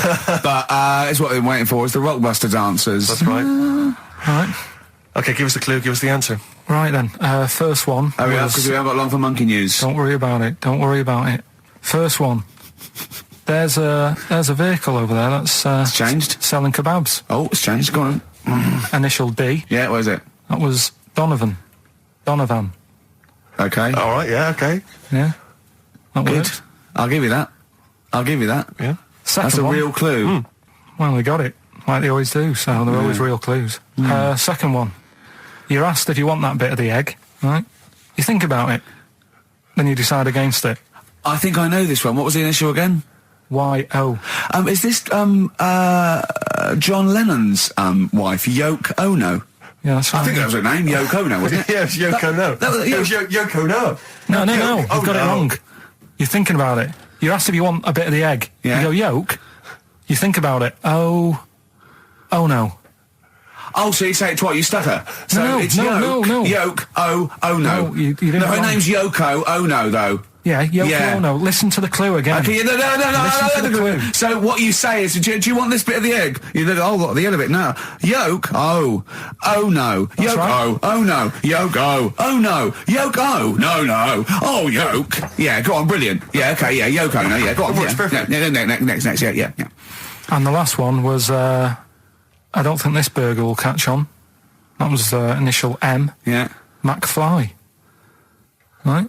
So, there's your three clues. What's There's your three that? answers. It won't catch on. Well, who'd want to eat that? You know what I mean? It's like a Mac burger or whatever. Mac chicken. McFly. Don't want one. Put it back. I'll have a chicken. Right? So who's got the three then? Well done to Ian Shillham from Mansfield, who's got all those answers right amazingly. And he wins all those great prizes, including Ladder 49, starring Joaquin Phoenix and John Travolta, which I don't think anyone's ever seen. There's 49 of them. And he wins that, but he also goes forward, as you say, to the big draw, which will come up at the end of It's our little to run. win the signed Homer saying, I like Carl because he's stupid like me. And you can see Matt Groening drawing that to know it's real on rickygervais.com, and you can win that, and a signed Nigel Tufnell poster. Brilliant. XFM. We've got some rubbish to give away now, haven't we? We have indeed, yeah. If only we hadn't opened that, we could have thrown that in the mix. I But, know, no, it's too good to give away. it's time for Rockbusters, the quiz that no one looks forward to. And we've got, as usual, the bunch of CDs, DVDs, I should say, which... Just tell me we have got another copy of Ladder 49. Ladder 49's right here. That's Brilliant. in the mix, yeah. How many did they send you? Joaquin Phoenix, John Travolta, Ladder 49, the movie that no one's seen. Yeah, I've never met anyone who's seen it. but it's owned by every single XFM listener. Exactly. Also in the mix, as I said before, we've got Priscilla, Queen of the Desert, which, if you haven't seen that on telly, I'd be very surprised. French and Saunders at the movie, the best of all the French and Saunders movie spoofs, which is, I think, on TV every single night. Yeah. It's a very gay giveaway so far, It's a very isn't gay it? giveaway. Well, this got will- Ladder this will- 49, the people in uniform. You've got Queen of the Desert and French and Saunders. Well, the gays love them. You know how much a fan of Chevy Chase. You know I love Chevy Chase. Yeah. Well, we've also got here National Lampoon's Christmas Vacation 2, which doesn't feature Chevy Chase. It was so bad, even Chevy wouldn't agree to be in it. So instead, Randy Quaid, who plays Cousin Eddie, it's him. Right. And on the back, I notice it says, special appearance by Eric Idle. Brilliant. I mean, let's be honest, if a film's got a special appearance by Eric Idle, I know. it's probably not a classic, is all Do you I'm reckon they saying. do Always Walk on the... look on the bright Let's side hope of so. life? Anyway, that's just some of the DVDs which you can win. And obviously the real reason you should enter is because you go forward to this big prize draw, which is in our last show, where you can win some actual quality. A signed Matt Groening drawing, and if you can see him drawing that on rickygervais.com, it is totally genuine. It's just there, him actually drawing it in front of your very eyes. Also, us made as Flanimals, and a signed poster by Nigel Tufnell. Christopher Guest. Sure. So proper good prizes. Yep. Just that this is, I think it should be the last one to get into it. Maybe next week, the 4 that we've got get down to 2 maybe. And then we get them on the line in the last, what do you think? Well, I'll be honest, I wish we'd thought it through. I don't know about you, but I wish we thought this whole Chris thing through. Campling, if you've got any ideas to how this show could have run, see, we should have scripted this. What we said, we just said go in a drawer, didn't we? Did we? So Yeah, we hadn't thought it through though. but we can't keep swapping and changing. Well, we okay, haven't we can done do what anything we yet. want. We can do what we want. We can do what we want, yeah. Do you know how many BAFTAs we've won? We can do exactly what we want. High five. Well, listen. 6. Right, let's get down to business then. Let's get Right, down so to business. Rockbusters, let's explain briefly what this quiz is for those that have only just started listening to the show. It's basically Blockbusters. Well, you say that, Rick, but it's not, is it? I mean, that Blockbusters made sense. Yeah, This well, is just this is the incoherent drivel. thing. Carl thinks this is a cryptic clue and going, right, a fella is walking along and oh, look, there's the fish. What does that mean? Trout spinners. some of them are hard because they've dug them all Some out. are hard because they don't make sense. No, but they've dug them all out because they're going to put them all on the website for people to play along with, and they came to me for the answers, and some of them are pretty tricky. I couldn't answer them. So I love that. Well, anyway, the only man that can outwit himself. right then. So the first one then. Here we go. Why don't you borrow some land off Mr. Boardman or Mr. Laurel or Mr. Fletcher? All right. Why don't you borrow a little bit of land? Oh, it's changed already. Already changed. Already off changed. Mr. Boardman. Well, no, do it again and do it exactly the same each time. Do it again. Why don't you borrow some land off Mr. Boardman or Mr. Laurel or Mr. Fletcher if you need a bit of it? What's changing? Okay, and what are the initials? Right, LS. LS. That's a band or an artist. Who am I talking about? Huh? Second one. I'm gonna. Sorry, he's got a sweet in his mouth. I'm gonna annoy those seabirds over there. Right. I'm going to annoy those seabirds over there. Well, just those seabirds. It doesn't matter where they are. I'm gonna annoy them seabirds. I don't know what he's talking about anymore, Steve. Honestly. B is the initial. I love the fact that he was fascinated by the strangest village in Britain, but the stories he's told us about where he comes from, there's him going around with 2 fellas with big heads, webbed feet, a little pigeon-chested bloke, him on his grifter with Maggie pecking at him, his dad in a telephone box nicking groceries, and a horse in the house next door. I mean, how strange was his upbringing? And him hanging from his satchel. Unbelievable. There's another woman who I remembered. Actually, I'll tell you later. Go on, what? I'll tell you later about another woman who I remembered. Give us a teaser. It's just a woman who rode around on a 3-wheeled bike with her husband in a basket. Right, I'll tell you about that. Right, and the final You don't get clue. teasers like that on any other radio That's a hell of a funeral service. Right, listen. Right, the final clue. What the Scouse fella said to the robber who he found in his house next to his vineyard. Oh, Jesus Christ. What? Again? Right, so what the Scouse fella said Right, this is going to be a pronunciation thing. to the robber he found in his house. Oh, God, which was I've next to lost his- the will to live. I want to get in that woman's basket on the street and just be driven around And for the rest of my life. the initials are AW. AW. Who is it? All right. Well, Email in and that. shall we have also on the text 83XFM? You can win Christmas, one to get National all Lampoon's three. Christmas Vacation 2 and Ladder 49. About it? Yeah, what's that, man? Just briefly, you don't think you really gave that competition justice, did you, not handing out the email? No, let's just quickly whiz through the questions again. Yeah. John's texted in, by the way. He says, I never get any of the Rockbusters clues. Is this a good or a bad thing? Definitely a good thing. Definitely a good Definitely thing. a good thing. Yeah. Yeah. All other people do. Well, First one. Why don't you borrow a bit of land off Mr. Boardman or Mr. Laurel or even Mr. Fletcher? Right. LS. Second one. I'm gonna annoy those seabirds. Right. B. And the last one. What the Scouse fella said to the robber he found in his house next to his vineyard. AW. If you know what they are. You email in or text in. Tell us about the woman. What's the text? Quick. Well, 83936 on the text. ricky.gervais@xfm.co.uk on the email and that. Right, and that. Mark that one down. Just make a note of that. And that. Green Day on XFM, 104.9, Ricky Gervais, Steve Merchant, Karl Pilkington. We need the answers quickly, Karl. Rockbusters. We're running out of time. We've got Rockbusters and Monkey News to come in this fun-packed show. Give us the clues, give us the answers. Right, the first one was, why don't you borrow a little bit of land off Mr. Boardman or Mr. Laurel or Mr. Fletcher? Go on then. Right, sure. what am I getting at there? The initials were LS, right? Lease a Stan's field, right? Because you're borrowing it, that's leasing it. It's Stan Boardman, Stan Laurel, and it's a field and that, isn't it? Second one, I'm gonna annoy those seabirds. That was B. What you doing when you're annoying a bird? You're bugging it. What's a seabird? A gull. Buggles. Right? Bug gulls. I don't know where to start, mate. Right, don't worry about it. I don't know where to start. If we had more time, don't worry. I'd throw him out of a window. Right. What the Scouse fella said to the robber he found in his house next to his vineyard. Go on then. That was A.W. Yeah. That was A, me Winehouse. Right? What? A, me Winehouse. What? A, me Winehouse. What do you mean winehouse? It's a vineyard. It's a cottage in a vineyard, so that's like a winehouse. Say it again. What's the clue again? Amy Winehouse. Well, yeah, but what do you mean? Amy. Why is he saying? Why is it a robber? Because the robber's getting in, and he's sort of saying, "Hey." But what's the robber got to do with it? Why is it just a normal bloke? I don't say. Why is he saying Amy Winehouse? Why is he saying that? He's saying to him, "Hey, get out." Well, no, you didn't say. No. Sorry, her name isn't A. Get out me Winehouse. Her name is. Her name isn't A. Get out me Winehouse. Gavin Thompson got them all right. He's in Edinburgh, so he's winning ladder 49, and that's safe. That's on the way. And he's going into the prize draw to win those. I mean, this better be a good Monkey News, Carl. That's all I can say because that was drivel. Amy Winehouse. 104.9 XFM. You all right? This is Karl, producer of Ricky Gervais and Steve Merchant. They're not about today. Ricky's on holiday. Steve couldn't be bothered.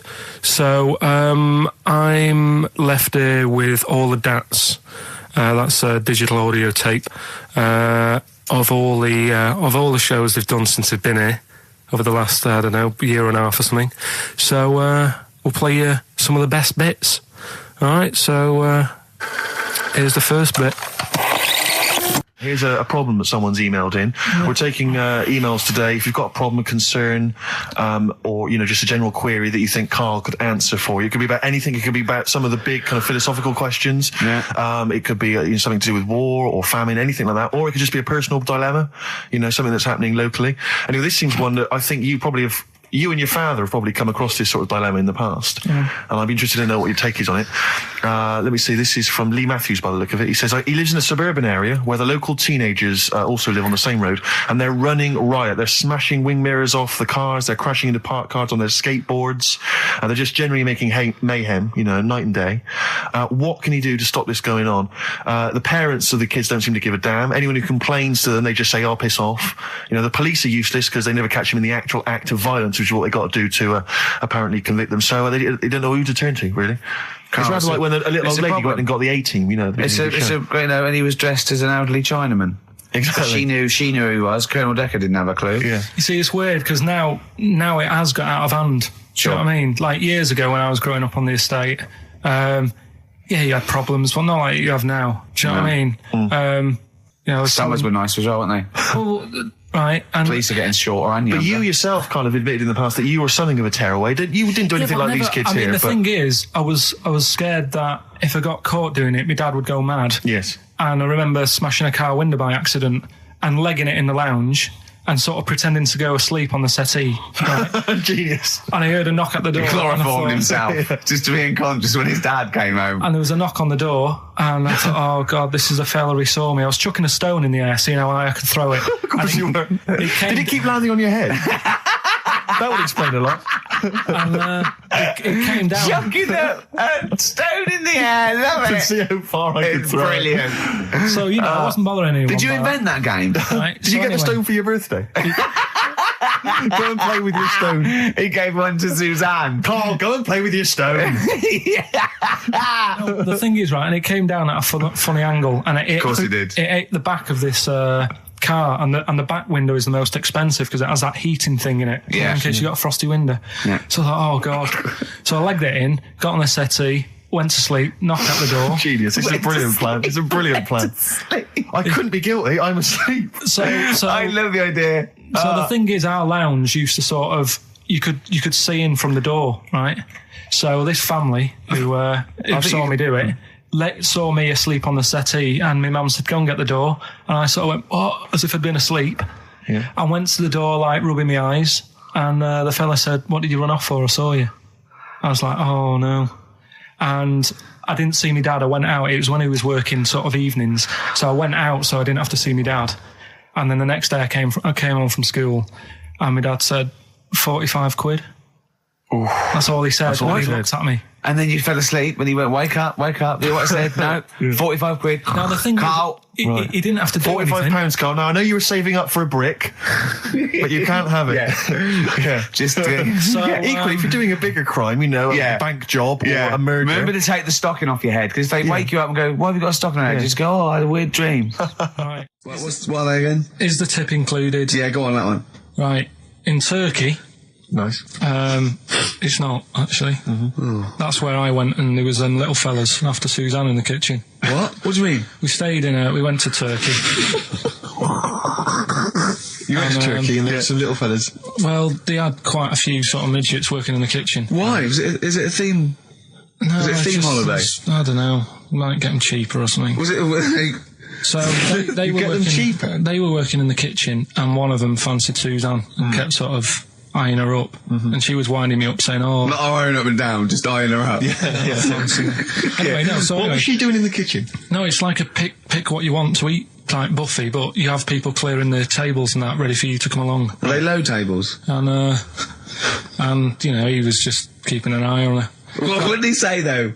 Was he? did he What make was this it? Was clear? he? It was Was Turkish, so I don't know what he was saying. But he was. He was Little fella, yeah, Did he? What do you mean, a little fella? What do you mean, little fella? sort of dwarf-like. What do you mean, dwarf? Like he had magic powers, or he was 4 foot? No, What do you mean, A Carl? little bloke, just like a normal bloke, but small. If you stood him in the desert, you wouldn't know. But he'd be hot and nothing says, around right, Carl. You should watch out for the monkeys. Yeah, underground. There's underground monkeys Look, are dangerous. you can't just say there was a little midget fella who was eyeing up my girlfriend and then leave it. What do you mean? What was happening? This is a story to us. This is much more interesting to us than, and she was deaf, right, and she hit her head.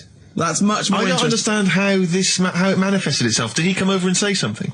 No, do you know when it's like girls know, don't they? When someone fancies them.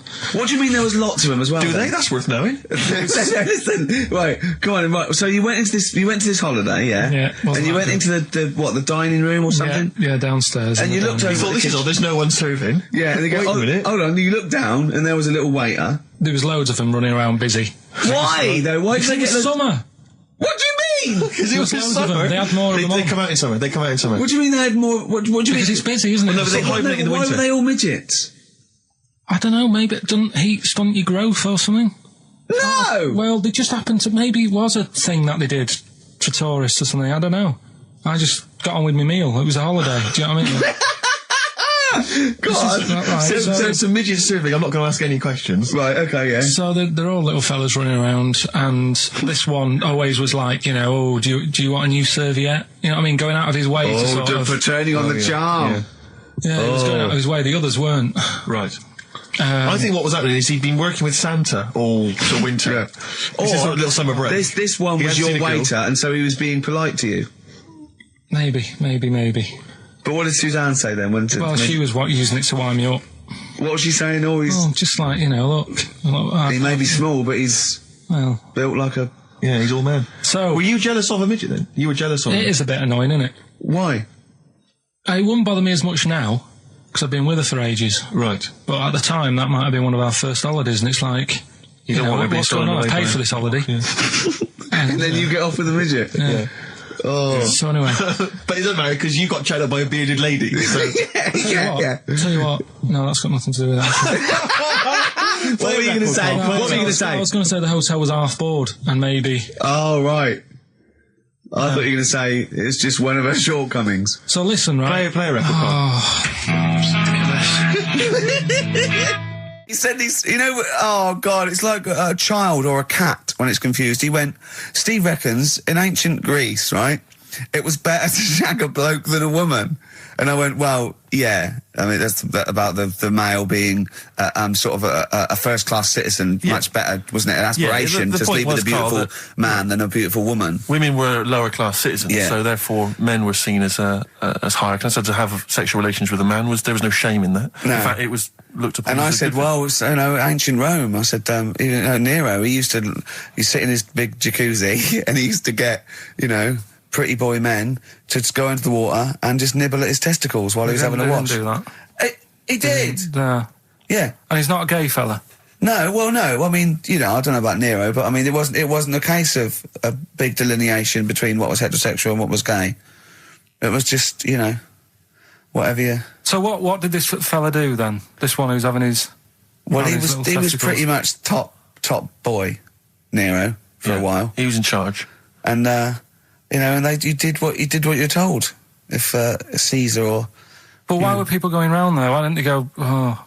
No, they weren't dropping in. It wasn't like the door was opening. I was just going to see what Nero's doing. You'd have probably been like a delivery boy or a stable boy or something, and you'd have popped round there and you'd have gone, there, right, Nero, as the tablets of stone you wanted. And they go, Pilkington, why you are here? Pop under. I don't know why he's French. What is that? I don't know why he's French. Just pop under the water and nibble at my testicles, and you'd have done it. Because he was Nero. I wouldn't. You would have. There's no way I would have done. Yeah, well, you would have. What have I done? I've dropped a pizza off. You put around to Nero's place with the pizza. I've dropped a pizza. Right, I'd say I've done my job. Right? Yeah. That's not the sort of tip I wanted. No, he'd have said, get the little baldy chap to nibble at my testicles, and you'd have been under the water. I wouldn't have done it. No, well, you wouldn't have put me head under the water.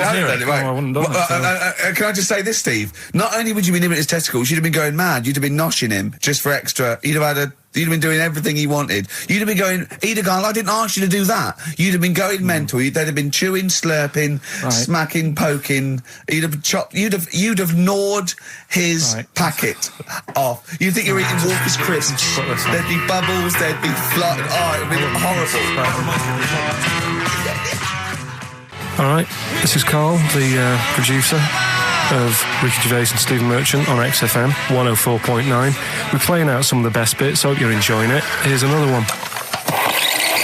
Last week when I did Do We Need 'Em, do you know when I called up one of the museums, a science museum? Yeah, are you talking to me? Yeah, I'm just saying, I wanted to tell you before when the song was on, but you're so busy listening to it. Yeah, was I so busy listening to a song I was playing? Yeah, but we're doing a radio show, aren't we? All right, what's your point? Well, I just wanted to say, she emailed in to say I got her name wrong, so I'm just apologising for that. What did you call her? I think I called her Jessica. What was her name? I don't know, I've got it on email somewhere. This is not an apology!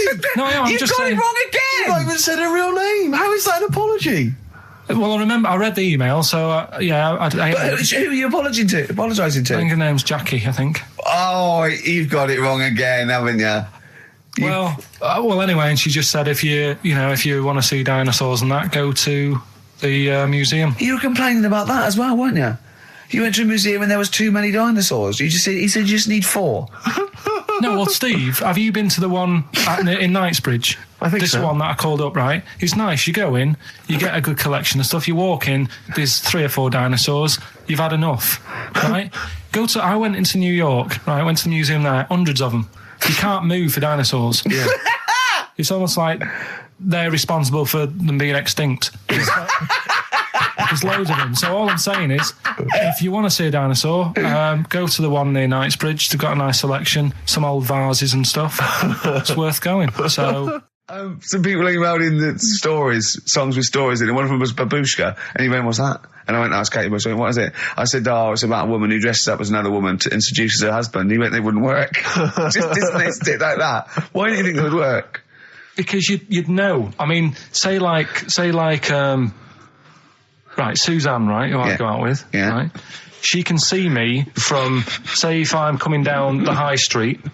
Yeah. She knows it's me by the way I walk. Right. So, just the fact that this woman went and put a wig on, there is no... You haven't even heard the song! I know, but you're saying that she put a disguise on and he's like, I fancy her, and he takes her out, and he doesn't know it's his missus. You're not buying it. I mean, I'm controlling this. Whereas the flea with your brain going to Glasgow, perfect sense. Yeah, babushka, rubbish. Carl, can we have the tomato story after the next tune? Yeah. Bit of Coldplay. Yeah, love it. Yeah. I was watching. Did you watch The Mammals in the week? No, I missed David it. Attenborough. No. I was thinking actually, right, all this MTV stuff, if there's one reason why I'd like to do it, is I was watching Attenborough, the Mammals programme. I reckon I could do something like that. Right. And just have like me, instead of Attenborough, like a young sort of fresh person, watching like certain animals and saying, do we need these? Do you know what I mean? Yeah. Oh, God! What's it called? Death on Earth. Well, That's amazing! Do we need these? And, No, 'cause there's loads of and the stuff. audience at home would vote. Would there be something like Yeah, telephone like a vote? vote out system. Oh, the that- thing is like, it's something interesting that Attenborough was saying the other night on Do we need these? on Jonathan Ross's show, on his telly show, right? He was saying, he said you could take all the humans off the earth and it would carry on, but take like some animals off it, mammals and that, you got problems on your hands. I thought that was quite interesting. Yeah. So it's like the question is, do we need these? Is that part of the big thing? Right. Like jellyfish. Yeah. We've talked about jellyfish. Yeah. Yeah. So which mammals in particular were You talked about watching that that you Zoe Ball thought- show, haven't you? Hey? Which mammals were you thinking we don't need when you watched the show the other night? Any in particular that you thought they don't need them? They're not of interest. Well, I like whales, but I don't know what they do. And they're taking up quite a lot of room. Sure. But stuff like, Yeah. but like jellyfish, I looked into because Yeah, I well, was I know talking you about them, and they were saying they've got no eyes, no heart. There's something like 97% water. Yeah. They're blind and they do about 33 miles a day. Right. So it's like, do we need them? Could we clear them out? Yeah. Yeah. Well, the big net. That would be the programme. What? Right, we'll get rid of them. Next week we'll be looking at Rhinos. I think it's genius. Yeah. Honestly, I think it's genius. And like going along sort of like picking up sea anemones and going and just lobbing them into the sea. Well, what do you think about MTV doing that? And then I just, in between the bits, Play music videos? I play music That related relates to to it. fish, so I could play like Fish, Yeah. that Rock Guy, or The Animals, Rock Lobster. yeah, or what else could This I could get in run there? and run. What other songs have got animals in them? The Well, Monkeys, could play the Monkeys. Yeah, there's about 1 million, so let's not start this. No, but do you know what I mean? So do we need this? So MTV flies you around the world And to the you- most incredible exotic locations. You sort of climb up a tree or whatever, and next to, I don't know what lives up a tree, some kind of rare parrot. You say, look at Sloth. that, it's colourful, Sloth. it's Oh, interesting. you like sloths, don't you? No, they just live up trees, but I'd say, do we need them? Why? Well, what do they do? What do you mean? What do they do? What do you want from an animal? Carpentry. What Well, do you like, want? I don't like scorpions, right? Right. But then I found out they look after those monkey things. They're not monkeys, they're Whatever. lizards. Well, all right, yeah, then lizards. They look after the lizards. So there's a reason. But do you need the lizard? Could be your Well, next yeah, question. because the local people made shoes out of them. But not when the scorpion protected them, they didn't. All right, we don't need them then. So ultimately, would anyone decide? I mean, do the animals kind of get a chance to mount a case for their survival? I mean, is there maybe someone that comes into their corner and sort of defends them? I'd have like a David Attenborough type character who says, Right. well, they do this, and I'll go, yeah, but do we need that doing? Yeah. Yeah. Okay. Yeah. So what does an animal need to do in order for you to feel that it sort of gets a chance of life? I mean, like a pet, like an animal, like a dog maybe, or a cat. I mean, they give a certain affection to its owner. Is that a valid reason to survive? Not particularly for you. Not really. No, okay. I've been saying that, though. Blind people use dogs, so they are useful. So dogs are useful. Saint Farmers Bernards, use they often dogs. save people, don't they, in snowy weather? Cats. I'd have to think about it. Okay. Keep the mice down. Yeah, but you got rent a kill. Okay. What I'm saying is something that will affect the world. Right. I think you'll find everything does. Except Carl. I'm not sure what effect he's having on the world. I'll tell you what, though, Steve. Right? Did you watch the mammals? I didn't see the mammals. They had bison on it. Right. The weirdest looking things you've ever seen. Yeah. They've really Again, you're on dangerous ground here, Carl. but they've really got it's like, decide what you want to look like. It's just a mismatch of stuff. It's got a really big hairy head. Yeah. And like you. Sort of bald at the back. Right. Sort of It sounds like thinner. someone you went to school with. Was there 2 of them? Oh, brilliant. That's nearly it, Carl. Right, what's your last room 101? Oh, God. It was, holidays. Holidays. You want to put holidays in room 101? People who are sort of annoying on holiday. Oh, yeah. Do you know when you go away? Oh, yeah. It's sort of touched on this before. Is this going to be the Scouse guy? Yeah. Go on. Oh, it's so long now. I mean, it was a holiday when we went to Tunisia. And the Scouser pissed you off. Surprise, surprise. Yeah. Yeah. But the annoying thing was, when you go on it was a cheap holiday, and like the lesson here is, if you want a good holiday, you got to like spend some money. Yeah. And we didn't on this one. We spent about, I don't know, 400 quid for 2 of us for like a month or something ridiculous. And we got there and, you get to the hotel and you go, we have made a mistake. It's a ropey hotel. You can tell like the blinds and stuff as you walk in, they're all dirty and stuff. And you think, well, let's make the most of it. Let's not get down about it. It's a holiday. It's for a rest. And you try and make the most of it. And we had to meet. Like you have one of those things where you get to your destination and the rep says, right, go and unpack your bags and that. Go and sort yourself out in the room. And tomorrow morning we'll meet up at 10 o'clock. And I'll go through, the best sort of place to go for camel rides and, the best deals I can get you. That sort of thing. Can anyone here walk like an Egyptian? So she says, right, tomorrow morning, meet 10 o'clock in the discotheque. So we get up and we have breakfast, and it wasn't a good breakfast. The kitchen was, like, bit horrible. The food wasn't good, and it was run by sort of midgets. What do you mean it was run? Not there's anything wrong with that. There was little fellas running around, and the annoying thing was one of them sort of started to fancy my girlfriend. How did he manifest his affection for No, you're not saying there's anything wrong with midgets, though, are you? Just saying it was strange that there was... Yeah, but even midgets shouldn't be cutting in on Karl Pilkington's territory. I know. But it's also that thing of, they've got little fingers, and... And it's sort of ruined. I'm so sorry. No, I'm not. It is a bit of a phobia of mine. Okay. Do you know what I mean? They are nice people and that. Sure. Oh, God. But the annoying thing is... So what was he doing then? How did he... I don't understand how he was chatting up your girlfriend. Was he crawling under the table so you couldn't see? He just kept... Whispering to her from underneath there. Stop it. Just Wait, I don't want to get a complaint on our last show. There's not many midgets. What's going to happen? Can we just finish this and start up again in a couple of months?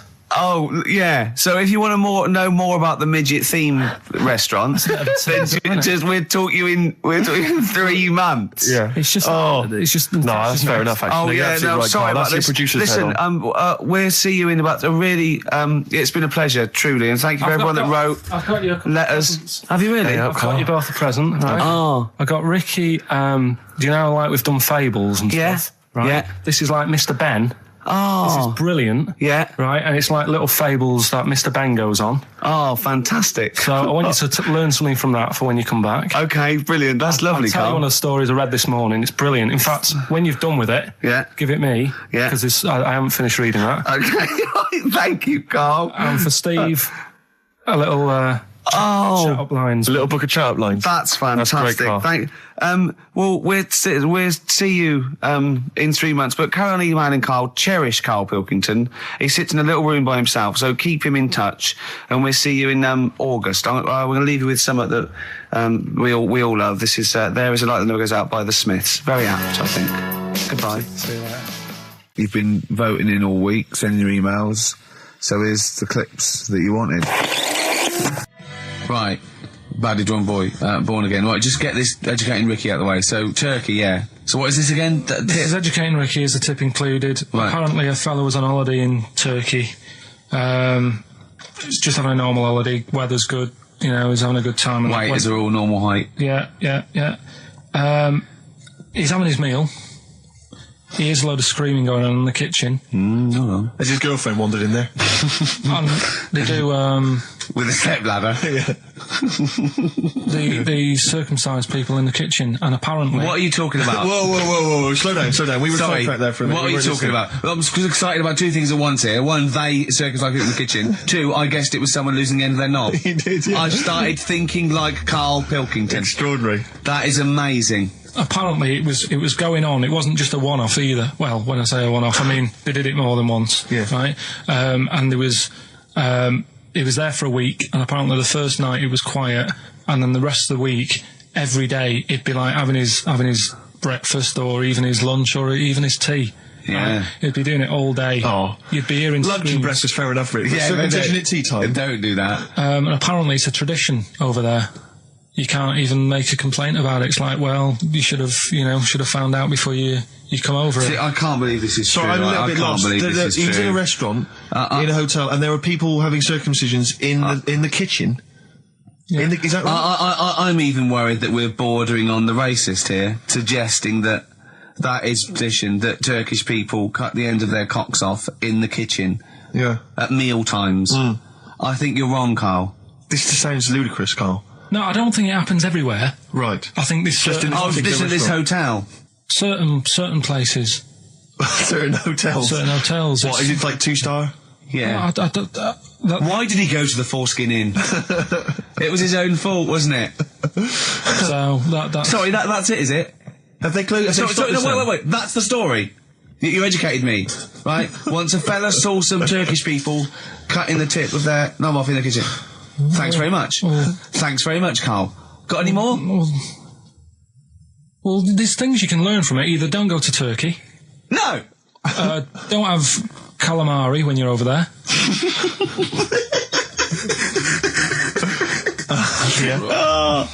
Carl, you've done it again. Well, So we get onto conversations. Talking about, he's asking me stuff about evolution. Tell me that. Why did the giraffe? What's that rubbish about the giraffe getting a long neck? I said, well, it didn't try and get a long neck. It was selected because, Anyway, I went into evolution for him, and he said, but why would evolution do that? I went, well, you think that evolution didn't do anything? There's not this consciousness, there's not this will that a giraffe has to stretch its neck to reach the leaves. One had a long enough neck to survive and pass it. He was going, yeah, but why did evolution? This isn't. But by the way, this isn't the most stupid thing. This is warming up. This is about 8:45. Sure. Right?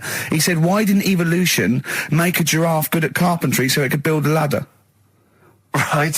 Yeah. Okay. No. Right, All right. Okay. So he's thinking around it. He's trying to pick holes in evolution. Yeah. We get on to, I said, well, things are, I said, we can see the speed of evolution in lower life forms like bacteria, viruses, they evolved.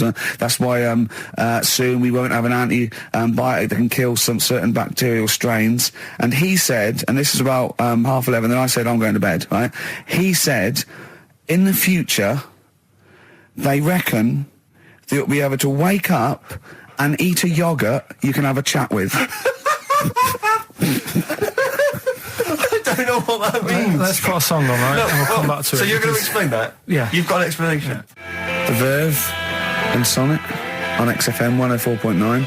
And Ricky Gervais with me, Steve Merchant and Karl Pilkington. So let's just get this right. What did Carl say? He's just specifically giving those words he again. said, they reckon, and I said, I'm going to bed. He went, no, really? I said, no, I'm going to bed, Carl. There's no point now, because it's just like you're talking gobbledygook. You know what I mean? I might as well talk to a pot plant. Yeah. He said, in the future, they reckon, I don't know who they are. Sure. I don't know, people who post things on the internet that he reads. I think the Telegraph.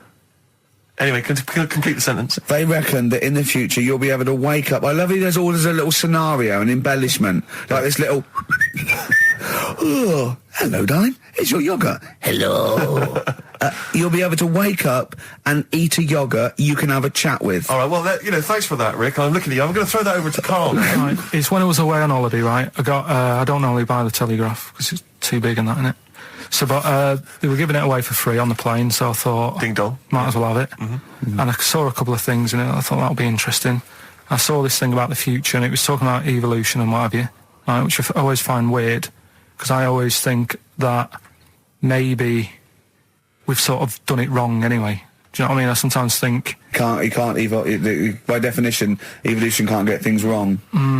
Things change, that it's not successful, it can't pass on its genetic material, but if you're around, it's working. If you're around, it's working. Slugs are as evolved as they need to be. Slugs are as evolved as you and well, me. that's true enough. Yeah. No disrespect, but it works. Works. Sorry, They're around. anyway, what's your point, Carl? No, I mean, I think we probably would have been better off staying as a fish. just because there's more water than land, isn't there? Right. And you wouldn't drown. This is why I went to bed. No, I'm thinking of dozing off now. No, but do you know what I mean? From, what was it? It was bacteria, it was fish, mermaid, man, onwards and what have you. So anyway... Oh God! No, there are a few knowledge gaps in your theory of evolution. All right, You generally got it right though. So But I mean, basically, it went bacteria, fish, mermaid, man. What's next is the big question. So it was telling you all about this and what have you, and saying how, like, we shouldn't have interfered, because maybe if we wouldn't have invented planes and what have you, maybe we'd be able to fly and what have you if we really needed to and stuff like that. Okay. So we've interfered with evolution, you see. Right.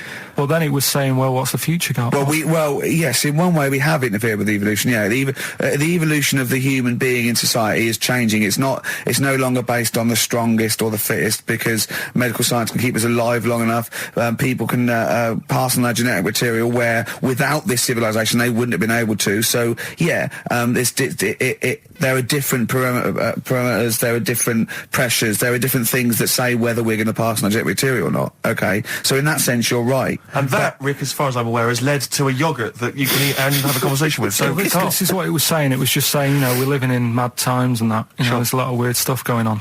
One of which is... And the fellow was just saying, you know, with computers and stuff like that, the way it is, we'll be able to wake up, Go on.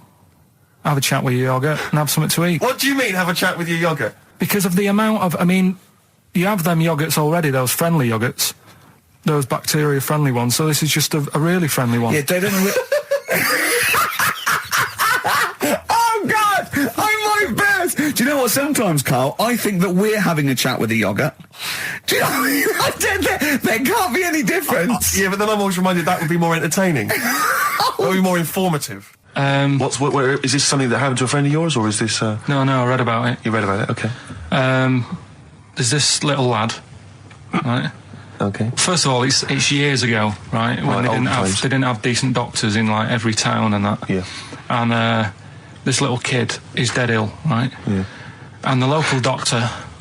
Well, there's a phone call involved, so I don't really get the impression that it's like medieval times. Yeah. Yeah. But I didn't say that, I just said it's years ago. So this kid's ill, right? Yeah. And he's lying in the bed, and he's all going funny colour and that. Yeah. And his mum says, I'm going to get the local doctor around. The local doctor comes round, and he says, I don't know what's up with him. He said, leave it with me. Leave it with me. He said, the doctor said that. I'll have he said, I'll phone up a top doctor. Okay. Who was in America or somewhere like that. And so he goes to the phone in his office and he calls America, and because it's years ago, the phone line isn't that good, it's all crackly and that, right?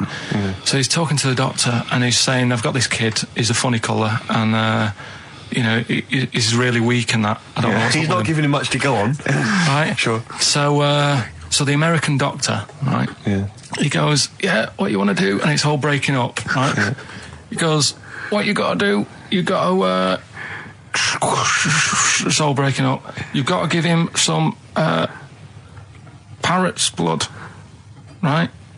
Some parrot's blood? Well, that's what he thought he said, but the line was really bad. Yeah. He meant parent's blood, but he heard that he said parrot's blood. He said, right, I'll do that, leave it with me. I can see where this is going. He goes to, a pet shop. Yeah. He says, give us like half a dozen parrots. Sure. Takes them round to the kid's house, takes the blood from the parrots, puts it into the kid, kid's fine. The kid's fine. I've never It worked. such a load of shite in my life. I've never heard such twaddle, such just made up, enhanced, exaggerated bollock in my a life. load of old rubbish, Carl. I mean, when he told me this, he said, the doctor said, what do I do? And the doctor on the other end said, give him some blood. And the doctor went, where do I get blood from? So hang on, wait, I just need to where do I get clarify. blood from? Give him some parents' blood. Give him some parents' blood. Give him some parents' blood. Yeah. But hang on, I just need to know where you read this. Carl. Where was this? Where did I you read stitched this? you up. You know what he said? He said, so do you believe it? I went, tell it to Steve. He went, do you believe it? I went, tell it to Steve. Carl. Where did you read it? That was on the internet. What? About Where is it on the illnesses. internet? All right, XFM 104.9, Ricky Gervais, Steve Merchant, Karl Pilkington, not here. It's the best of. You've been voting in all week, sending your emails. So here's the clips that you wanted. And just remembered recently, actually, I was on a train coming back from hometown Bristol, and I was on the train, and this girl walks on, good-looking girl. I thought, hey, a largely empty carriage. I'm thinking, my luck's in, you know, because I take every opportunity, Carl. That's the thing about me, you know. I don't choose. She was a good-looking girl. She sat down. I thought she sat down right near me. I thought, brilliant. As this guy comes up behind her, and says, I think it's probably a boyfriend or something. Sits down next to her. And I listened in on the conversation, you know, obviously, because I'm pretending to read. It was very clever. I read the same page for hours, so I was pretending to listen. I was listening, but pretending to read. And I realised that it's not her boyfriend or anything. It's just some guy she's met on the platform. And I'm thinking, brilliant. If she's the kind of girl who's just going to start talking to someone, you know, on a platform, on a train, brilliant, I'm going to be in here. Because he was only going one stop. So I'm thinking, what's the worst that can happen? He'll nick off, you know, I'll get chatting to her, you know, and who knows, I could join the... is there a train equivalent? Foot High Club. The Foot High Club, brilliant. And so I'm excited, you know, I'm listening in. And it turns out that they're both kind of graduates who've just finished university, or they're coming to their finals or something. And they're chatting away, you know, and he's making a couple of witticisms, you know, and she's kind of tittering at his jokes. I'm thinking, well, I'll tell you this, if she's laughing at this kind of material, I am going to blow her away, you know, with my kind of anecdotes and wry observations, you know. Yeah. It was weak stuff, I got to be honest. Really? He was coming out with nothing. He was running on empty, as far as I'm concerned. Yeah. And she was loving it. So I'm thinking, brilliant, I'm going to be right in here. And then they get moving on to higher brow things, you know, and I think she was going to study kind of Marxism or something like that, or communism, something. And she was asking him, you know, by way of conversation, she was asking him what he knew about Marxism, you know. And he was fumbling for his vague knowledge of it that he had in his life. And I'm just sat there thinking, yeah, come on, love, in any given capitalist environment, the proletariat will revolt against their oppression by the bourgeoisie, and after a brief period of socialist rule, emerges a classist society governed by community cooperation. Well, if that sort of talk wouldn't get a woman hot, I don't know what you'd use then. If Marx and Engels is not going to get a woman sweaty down below, then nothing is. Then my name is You're not just Steve biding your time. Exactly. I'm just going to go in for the kill any minute. Yeah. So anyway, it comes to his stop, right? He gets up. I'm thinking, this is a piece of cake. And he gets off, and off he goes. He walks off. And I'm thinking, brilliant. And I thought, I'll wait till the train's pulled away. I'm not going to leap in straight away. No. And he comes back along the carriage. And I'm thinking, hang on a minute. He goes, listen, do you mind if I give you my email address? Oh. Right?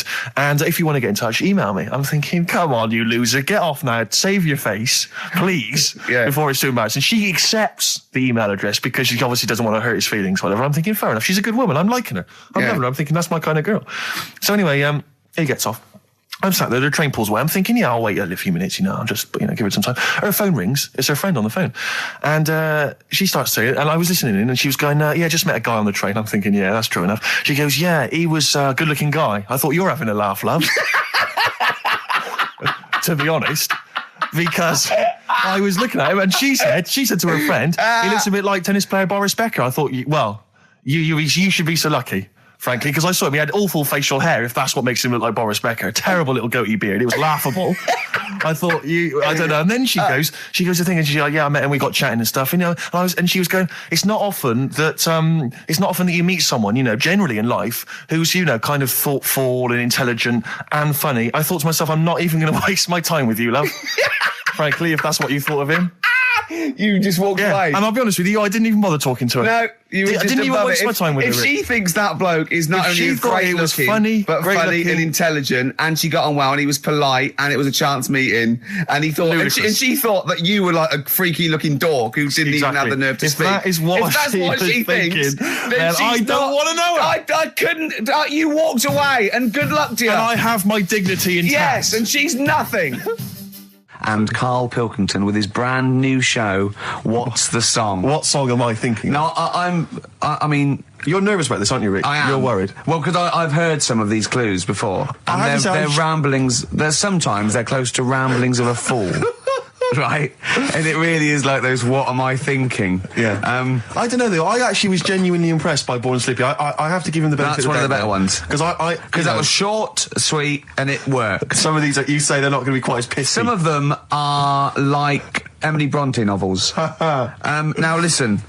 We're just going to go for it then. You do it, and we just get people to call up because I want to see the general public's confusion of trying to work out. Well, why don't you give us your next clue, and then we'll play a track, and then we'll hopefully have people on the line after the track to try and answer it, and you can recap briefly. So give us your clue now for what song am I thinking of? Right, this one. It's about a woman. And she's just normal, nothing wrong with her, or so she thinks, right? But there's the twist. Is this like the Tales of the Unexpected? And she's got she's got her mates and she's having a normal life, having a good time and that. And then this thing happens, right? And she starts to stink. And she can't have a bath, right? And she really wants to have a bath. She's dead sweaty and stuff. She's going about her daily stuff. She can do everything else normal. She can eat, she can talk, everything. But for some reason, she can't have a bath. Is there a coal mining husband in the bath? Yeah. Is this Born Stinky? She can't have a bath. So a woman can't have a bath? Yeah. Or a shower. She can't. Okay, leave it there, Rick. Don't try and guess. It's not for us to guess. The general public can phone up and ask questions, so I just go for it. I'm not sure they can they? I think so. Otherwise, we don't want just people just phoning up and getting it. What about this? Why don't they can ask one question? Yeah. They can ask one question of Carl, then they have to make a guess. Okay. 08700 800 1234. Have we got someone on the line now? We'll just go. Let's do it. Let's go for one. Let's go for one. This is edgy radio. This is letting Carl stuff. live. Go on. Hello, XFM. Hello, I'm ringing about, what's the song? Absolutely. What do you think? Well, I'm going for Dirty Diana. Dirty Diana. See, that works. That's a great guess. It does, yeah, but it doesn't work, because why can't she have a bath? Okay, so the answer is in there. I was going to ask you. Well, that's your one question. That'd be the answer. That would be the answer, I'm afraid. What was your name? Shelley. Shelley, thanks very much. Shelley, I should tell you that, that you should never take this personally because no one can really get into the mind of Carl. So don't beat yourself up about this. I don't expect anyone to get these clues. No. So well done. That is guess. a fine guess. Thank you. Thank you. Okay. Anyone else there? Let's hello, XFM. Who's that on the line? It's Chris. Hello, Chris. A question for Carl? Before you give us I haven't thought of a really good question or anything yet. You just want to go for the guess? No, what I thought was, I'm sure Simon Mayo used to do this when he did the breakfast show on Radio 1 years ago. No, he didn't. So you've just pinched this idea, Carl? If you're going to rip someone off, Carl, do not rip off Simon Mayo. I haven't ripped this off. I thought this was a new idea. I was going to do it with sound effects instead, but that's he used to do that, and he used to get his team to play other characters. You idiot. Well, no, hang on. Not you, Chris. I'm saying you idiot to Carl. Yeah, but nothing's new anyway, is it? So I'm not getting annoyed about it. True. What do you think the answer is? Is it Cornflake Girl by Tori Amos? Good answer. She couldn't have a bath because she'd go all Go floppy and then go down the plug hole. Good answer. She'd go all soggy. Yeah. So is it Cornflake Girl? No, it's not, but that's a great answer. It could have been. All right. Okay. You're already seeing the error of this, aren't you? I think this is great radio. I'm really hooked on this. I'm genuinely excited This is really like that, those so-called lateral thinkers. A man got into a field and dies. Why? Yeah. He ran out of air. No. Yeah. Not the one I'm thinking He was of. shot. No. Yeah. That was a good answer, but... Couldn't, Simon Mayo, sue you or something for doing it? Will you stop? Don't mention that. Yeah. Listen, I think if you're going to steal ideas from someone, it should be a brain box like Mayo. I mean, he's the man who's The only example of one I can ever remember hearing in his show, because I was quite young then, was some people were pretending to, tap someone's phone or something, and then they got caught, and the answer was just bugging by whistle, because they were... Genius. That was absolute genius. That's absolute genius. See, Chris, Carl, that's the sort of standard you've got to come up against. Yeah. Thanks very much, Chris. The phone lines are hot. Hello, XFM. Hi, is it Candy Perfume Girl? Is it what? Candy Perfume Girl. Candy Perfume Girl? Yeah. Candy Perfume Girl. Is it? Well, who's that by? Madonna. No, it's... That sounds like an obscure album track. No, it's one of her songs. Just think about it. She stinks and everything. She's a normal life. I didn't say she was a sweet or anything. But for some reason she can't have a bath or a shower. Is this a big song? Just to give him a clue. It's a bigger song than Candy Sweet Girl. Thank you very much indeed for your guess. It clearly isn't right. Thank you. Cheers. Sorry. Okay, one more, then we go to a record. Come on. Okay. Go on. Hello, XFM. Carl. Yeah. Is it High and Dry by Radiohead? High and dry. High and dry. Now that's great. She smells, which is another word for high. She's dry because she doesn't have a shower. Carl, if it isn't that, yours will never be as good as that. He's the winner. Whatever you're thinking of, that clue is brilliant. What's your name, mate? It's Richie. Richard, I mean, you can't beat that. That's a bit too lateral. Don't be stupid. It's perfect. He's made yours into a clever clue. He's made high, she smells, dry, she never gets in the bath or shower. It's not that, is it, Carl? No, it's You not. don't even get that, do you? Not really. Have you ever heard of the word high being used to mean sort of smelly? No. No. Oh, what? That was where you went wrong there, mate. Richard, I'm declaring you the winner, even though that isn't the I answer. don't think Thank we you. should give up this early. Can we Rick. just let's play a song and, Let's play a and song. give it one more chance, because Yeah. if people think about it, it is really easy. I'm not going to find out the answer now because I've got to go out. Okay, we'll do it very quickly. Stay in for 10 minutes. We're just going to play a new Coldplay track, aren't Okay, we? let's hear Brilliant. Coldplay and then we'll come Cheers. back with this. Carl, it was you that worked out the maths and worked out I was 28, because they just worked out I'm 27. You are 27. No way. Yeah, I asked you, didn't I? And I said, Because, no, but what I sort of questioned was, I said, well, if you're 27 today, that means last week you were 26. well done, yeah. That's irrelevant. So therefore you assumed that I must be 28 then. Yeah. Whereas I assumed you were using, your knowledge of maths, No, such as it is. I wouldn't do that. No, sure. Wow. I actually got lost in that conversation because I genuinely didn't know what he meant would mean last week you were 26. I don't know what that I meant. don't know what it meant. Wow. Well, it is Steve's birthday. But it would have been 26 last week. Sometimes you genuinely frighten me because it's those staring eyes. There's nothing behind him. It's this little bald head. Looks like Davros looking at me. Genuine fear on his face when he enters into a conversation with another human being. What bit don't you understand? If he's 27 today, he would have been 26 last week, and he doesn't look 26. He didn't look 26 last week. He looks older than 28 today. You've started on his birthday. You're still having a go at him. Carl, I don't look like the kind of hot stud that I actually am, but face facts, that's the truth, mate. Yeah, live with it. Get with Live the with it. programme, jeez. Well, let's have a little bit of cake. Okay, oh, that's appropriate. See The what I did? birthday. But you mean the band, don't Yeah. you? Not the cake. You haven't actually bought a cake, have you? Got anything at all? We've also got a new feature, Cheeky Freak of the Week. That's a new feature, isn't it? That's a new feature. Cheeky Freak of the Week. Let's do Cheeky Freak of the Week. What is the cheekiest freak of the week? I'm just going to apologise now. I've just had freaks, sorry to freaks. Okay, right, go ahead. Well, I say it's a new feature, but we've sort of touched on it in the past with We always talk about freaks. Hairy Chinese Kid. Yeah. We've had the Pillow Man. Yeah. Oh, you called a draft excluder? Just make a note of that, would you, Rick, on the Yeah. list? People without arms and legs. But at least, you see, the Pillow Man, what do you picture? Because I was saying to Ricky in the week, right, I'm a great fan of the Elephant Man. That's his favourite freak. Of the all Elephant the Man. freaks, that's it. Do you know why he said? Do you know why he said? He said because you get what you pay for. When someone says the Elephant Man, you get what it says on the tin. Right. You know you're going to get it. Do you imagine, Steve, if you had a mate and you said, where are you going? He said, I'm going to go see my mate. And you go, which mate? And he said, the Elephant Man. Yeah. Straight away, you haven't even met him, but you know what he's going to look like. Yes. Right? That's what I like about that. Hairy Chinese Kid. Yeah, you know what you get. Pillow Man. Yeah. Not so good. What does that mean? It could be one of those big fat things on that show, couldn't it? A big pillow, like a. Yeah. You know that big thing about the fat people in feeders. They were getting up to like 60 stone and that big one. And there's a thing called fat admirers that just fancy fat women, right? And You writing that down? yeah, sorry, and they had blow up versions. It looked like a bouncy castle. Wow. Yeah, Really? yeah. You'd be knackered when you blew that up. Yeah, You just wouldn't want to go exactly. forget it. Yeah. Oh God, That's I people being cruel as well, isn't it? Because after watching the programme on Channel 4 about the fat people and fellas who like them and stuff, there was a story on one of the news websites about some fella in Germany, right? He was a big fella, must have been about 50 stone, and he fell over, right? And I think he hurt his ankle or something. And Timber. they sent firemen instead of like an ambulance. Yeah, So straight away they're having a bit of a laugh. they're not. No, they've got winching gear. Well, they didn't know. They didn't have winching gear. They had to use the hose pipes to carry him out.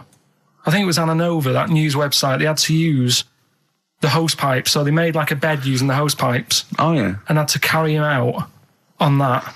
And then they had to sort of get him into a special truck, they said. Mm-hmm. And do the same when they got to the hospital. I mean, that's a bit... That's mad, isn't it?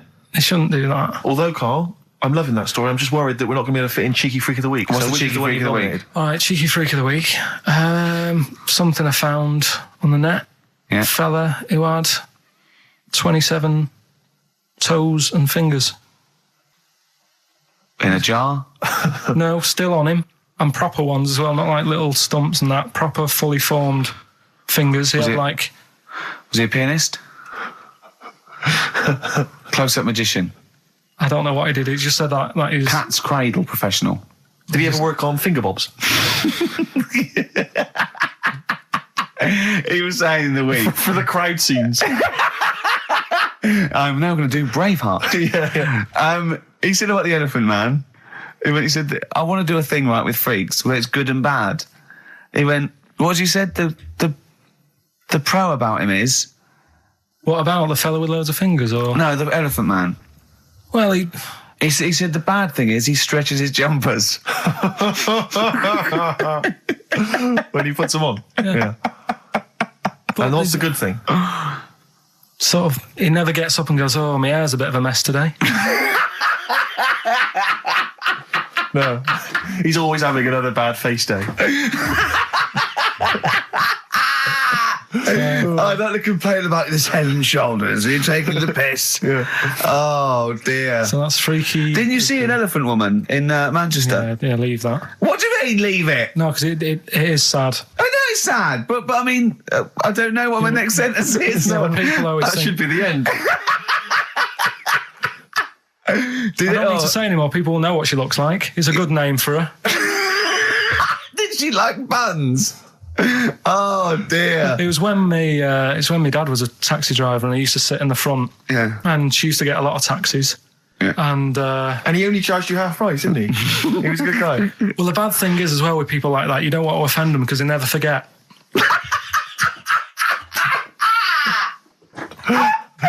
Oh, Carl! Karl Pilkington. I was sat in the front of the cab, and my dad goes, right, we're going to go and pick the I can't even tell you the name. These guys, just evil. Right? What do you mean? No, leave it. So she's got...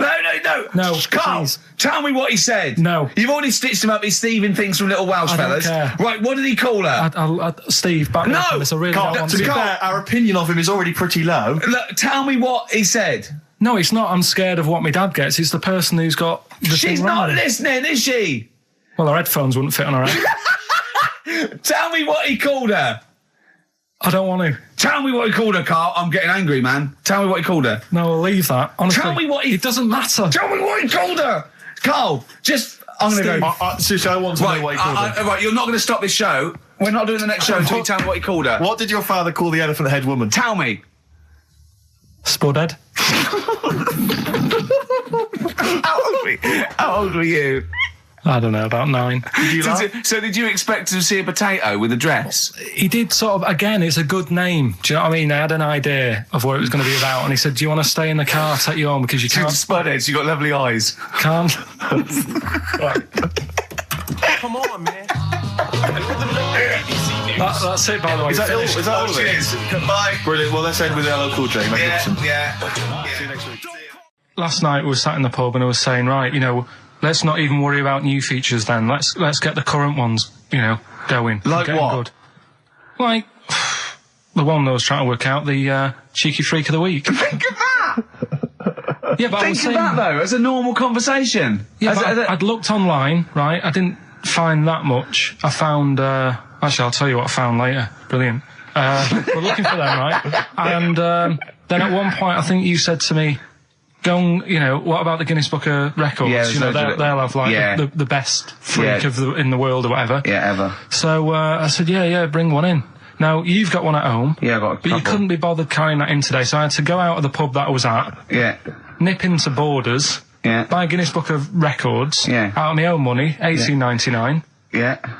Bring it back, and then you said, I don't know if I want to do this feature. So it cost me 20 quid for that. I had to buy a video for Silence of the Lambs film clip. I'm actually out of pocket at the end of this. Just looking through the Guinness That's Book of still the Records. funniest thing, isn't it? Squeaking at someone when they got a cup of tea. Right. There are a lot of what strike me as seemingly pointless feats. The Guinness Book of Records is right. The Guinness Book of Records is great. I used to love it as a kid. I've had about 10 copies in my life. The last one I bought a couple of years ago, at present, it was really good. I love it. I love the real records: tallest, fattest, thinnest, best, fastest, most expensive, biggest, and all that. But the ones that really annoy me are the ones that. The reason these people are in there for it are the only people that tried. What, yeah. Balancing the milk bottle on your head. Most watches eaten. I just found that one. Kim Sung-do from South Korea ate 5 watches, the entire watch with the exception of the wristband, in a time of 1 hour 34 minutes. What do you make of that, Carl? Made him regular. Come on. How did they time him? Most live rattlesnakes held in the mouth. 8 live rattlesnakes held by, it just says an idiot. Yeah, this gives you an idea, Carl. Talking of idiots. Do you want to get into Guinness World Records? No. Carl, come on, that'd be brilliant. There's things in there that are just absolutely anyone could do. Like that one in Big Brother, I was watching it, and it was balancing sugar lumps. I want to go. How many people try that? If there's schools around Britain going, listen, we've got to get in the Sugar Lump Award. It's grassroots level. There's not enough kids balancing sugar lumps. How can we compete in the world market? I was looking at it last night, and there was one about the farthest that a dog swam. I think it was something like 9 miles, but it had no choice, did it? You know what I mean? They took it out to the Atlantic or something, and so it didn't want to do it. Threw it in the water. Yeah. So it's not all right to put it in a bin bag and chuck it in a canal. No. But, it's for a world record. Yeah. 9 miles it did. Oh, God. Possible ones that you could do, Carl. What's the most Forrest Gumps fitted in one wheelie bin? What about this one for you, Carl? The record stands at the moment for most arrows caught by hand, but that's quite tricky. So what about most arrows caught by head? Yeah. And you would just fire arrows at your head? They wouldn't. It would just skim off him. Do you think so? Yeah, the roundness. It would never actually get any sort of, connection. Fastest human crab. Could you do that? I'll do that. Can you form the crab? Can you do that? What's that? It's just like go bending over backwards and I can't running. do that. No? Right, what about, what would you be good at? what about hamburger stuffing? Right, Carl. Alright. In the mouth, you mean? Well, it says the record for stuffing the most regulation-sized hamburgers, including buns, in the mouth at one time is how many? How many hamburgers with buns in the mouth? This is just... You're not swallowing anything, you've just got stuff in your mouth. You'd be so good at this because your shape of your head. You've got a shape... His head's just like Hamburglar. You'd be good at this, man. Yeah. Honestly, you'd be perfect. You look like Zippy. And the great thing is your head's empty, so you could get more in there. Do you know what I mean? This guy had a brain to contend with. Do that. What is it? Is it possible? Is it mental? How many do you think it was? There were 3 burgers in buns. What do you reckon, Carl? What, how quick he ate them? He didn't eat them, it's just how many he can stuff in his face. So literally hold them within his cheeks and his mouth, but don't swallow anything. So what, how many burgers? How many burgers did he manage to get into his face? So it's a fella, he's not... Yes? About 5? No, 3. It's the 3? world record. 3 is the How world big record. are they, though? It just says regulation size. Was it last week? There was a programme on about the child who was older than her mum. A child that was older than her mum? Yeah, right, he was looking forward to as much as Oliver, the humanzee. Humanzee, yeah. And I didn't see it in the end. Did you miss it as well? I missed it, so and is what it is this little girl, and she's got an ageing thing, so he was telling me about this. It's all from him. He went, and what it is, right, she's about 5, right, but she's aged, so she's actually 90. Right? And I went, oh God, really? He went, yeah. And then he went, could she get served in an off licence? I went, no. He went, well, that's not fair. I went, what do you mean? He went, well, I said, she's 5 years old. She's a 5-year-old girl. He went, yeah, but she's got the body of a 90-year-old. So, oh God, let her have a fag. Wouldn't you let her have one if she... If she asked? Yeah. If you worked in an off licence and she wandered in, right, and... So she's 2'6". Well, I don't know because I haven't seen it. I don't know that much about it. Yeah, she's a 5-year-old. 2'6". It's just an ageing process, which is a degeneration of the cells, like what ageing is. It doesn't mean she grew into a 90-year-old woman with a scarf No, exactly. going around the streets. What did you imagine it looked like? I don't know. I mean, she's ageing fast, yeah? Yes, but it's more to do. It's not. Yes, yeah. Because it was saying that her mum and dad are pretty stressed out about it, and I kind of thought, well, you'd be forever buying birthday presents. It's not like she's morphing through various ages. Like, my God, look, she's 58 today. 59, we can't keep up. Well, how's It's it not work? that. It's not like she's got- it has the same effect as aging on the body. So at a cellular level, there's a degeneration as quick as if she'd gone through. I don't know. I got this from you. I'm guessing, Carl. It's not like she's watching Top of the Pops one week and she's loving it, then the next week she's going, I can't understand what they're saying. It's not like music it's all in my bland day. dance. I remember. I remember when I was 4.5. They were real bands. No, that S Club 7 were excellent. Yeah. But what's this tripe? S Club. But if she wants a fag, She's 5 years old, Carl. but she's got to experience everything in a short spell of time. Do you know what I mean? You've got time to sort of. I think you're thinking of her life like that Fatboy Slim video, where it starts off as something crawling out of the sea and then it evolves really quickly over 3 minutes. I think that's not the case, Carl. Her mind she isn't aging in her mind at the same time. No, she's not living a whole life in 3 weeks. It's just her body is degenerating quicker than it should. So if you worked in odd bins, you wouldn't serve her with a bottle of wine? No, I probably wouldn't. Well, unless she had some ID, which That's a would probably bit cruel, be fake. isn't it? I said, well, on that and on top of all her other problems, he wouldn't even give her a glass of... Yeah, a bottle of wine. and her ID wouldn't look right because she's aging all the time. The photo would never match. Yeah. Look at my hair there. That was last week. Well, it was 2002. Exactly. Well, we don't know enough about it, so... No, I haven't seen it, so maybe we should apologise because that could sound callous and cruel because I don't know what the whole... It was just the title. The vibe of the... Yeah, I know it was the title that It was excited something you. like, I'm older than my mum. No, it's the child that's older than her mother. Well, Yeah. so that was weird. There was some good stuff on in the week. You missed that, though, you didn't watch that? Didn't see that. Saw, Maybe someone have it on video for you. yeah, if you taped it and you send it in. Watch it on fast forward, she'd really age then. Imagine that. Whoa! Carl just remembered we've got Cheeky Freak of the Week to fit in. Cheeky I don't know Freak what of to the do. What's your Cheeky Freak of the Week? Quickly, just throw that away. Right. Well, it's just like we look at cheeky freaks. Is this show offensive in any way to some people? Do you think? Ding dong. Got any buns? Oh, it's the Elephant Man. Go on. Right. Well, it's a bit of a problem for you, this one, Steve. Right. I'm chucking it forward to you. Remember the cheeky freak of the week that we were talking about? That illness where people age quicker. The 5-year-old girl that was older than her mum, and he said to you, what, if you ran off like you wouldn't serve her fags and beer? And you went, no. You went, why not? And you went, because it's a 5-year-old. Yeah. Right? You went, oh, she's got enough problems. Give her some fags. You remember that, don't you? Sure. Yeah, right. So another dilemma for you. Right. Picture this. You're running a restaurant. Right. Door goes. Right. Few people. Most of them look normal. You notice the woman at the back, crawling on all fours. Top half is woman. Right. This is real. Yes. This isn't like a comic or anything. This is on, Yeah, on the internet. I've seen it. They're called dog people, and her legs just come straight down. They're like little twin legs at the back, and so they walk on all fours because it's easier.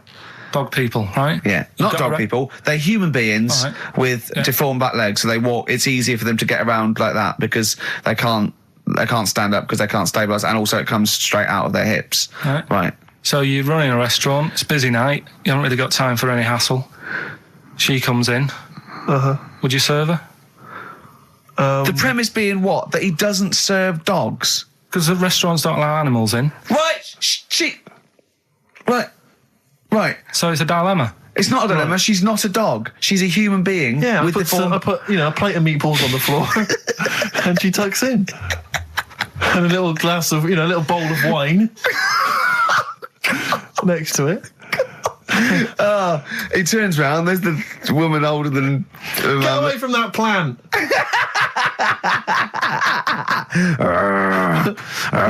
Is service included? Oh dear. Talking of cheeks, Carl, have we got another instalment of Cheeky Freak of the Week this week?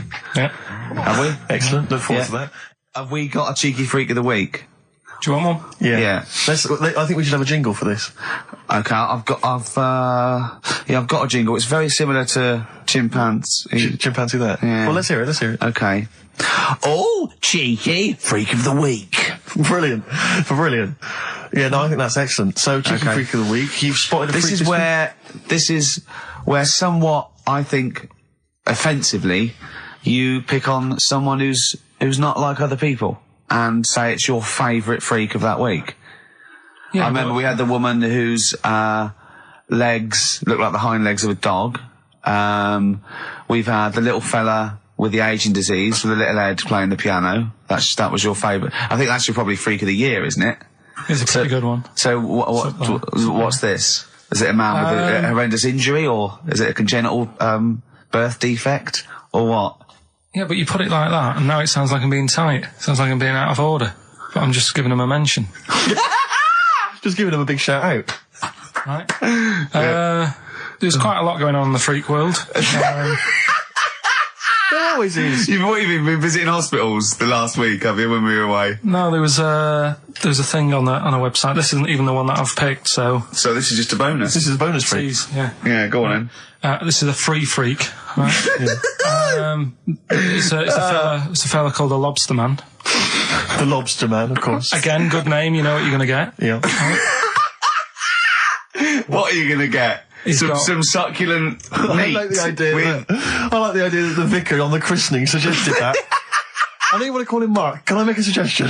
Yeah. Look at his hands. What's his name? Mark Michael Webster. Right. Right. Have you thought about a nickname? Not really, no. Have you looked at his hands? Yeah, we don't want to talk about that because do you know, a little bit like lobsters? Well, yeah, but it's quite deformed. It's like, you know, we Can I suggest Lobster Man? That's terrible, Vicar. That is terrible, Vicar. Pidgey. Go on then. We're gonna see. This is what the sort of feature you come up with, Carl. So Lobster Man. There's probably people listening now with, you know, lobster feet. Right. Lobster hands. So, Squid Boy. So Lobster Man, what does Lobster Man do? Does he fight crime? Not that much. Okay. Apparently he got into a bit of trouble. He was in a restaurant, and this was years ago, by the way. And someone picked him to eat him. No, so apparently the waiter said, "Oh, you shouldn't be sat here. You should be in my pan." Or something. Oh dear. And they had a fight, got out of hand. Yeah. Got out of claw. And yeah. So that was. What do you mean they had a fight? What did he do? A waiter took the mickey out of someone with. No. No, can I just make clear? I'm assuming his hands look a bit like those of a lobster. Yeah. Yeah, well, it's fused, so it's just like two big fingers. They're fused, I assume, probably in the womb, and they're just like, instead of like having 5 digits, they're fused in it. But he can pick stuff up, can't he? Yeah. What does he pick up? He mainly eats crabs and jellyfish, doesn't he? Yeah. Yeah. So he was having a fight with the waiter. He snipped off his nose. Right, so anyway, he just held on to the waiter's bib. Yeah, and the waiter was screaming, "Go and get him off me." Yeah. So anyway, does he eat other lobsters? Do you think he would eat lobster, or is it kind of? Would he feel bad about eating lobster? Right. The little cheek of the freak that we've gone for anyway. The what? The little freak of the week, cheeky freak of the week. We've gone for this Siamese lad. Okay. Right. Happened back in. You can't have a Siamese lad, can you? All right. Yeah. This Siamese twins happened back in 1693. Oh, he's got a date. Blimey, that's the first time ever. Yeah. And all it was, he was doing all right for himself. He used to go on those circus things he used to do. They're two people you're talking about, Carl. So we're going to him. All right then. All right. They did this circus show, right? Yeah. And everything's going well. They're selling out the tents and stuff, people coming to see them. Yeah. He was doing all right for himself. Yeah. Right?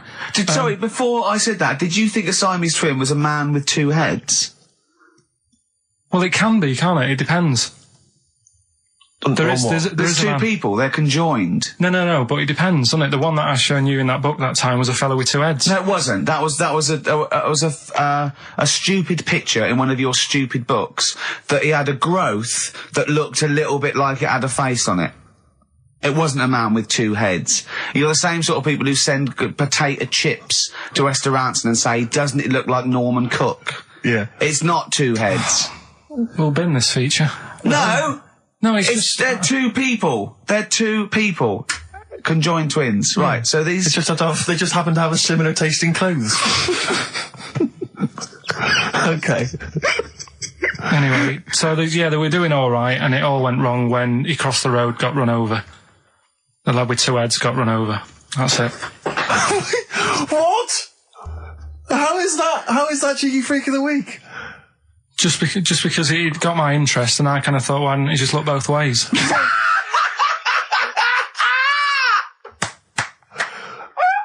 I'm intrigued to know how you... wasn't he looking both ways? I'm intrigued to know how you get run over. What was it, 1629? Yeah. Well, it's horses and that, wasn't it? Yeah. Oh, why wasn't he looking both ways? Karl Pilkington, you are a genius. Play a record, you fool.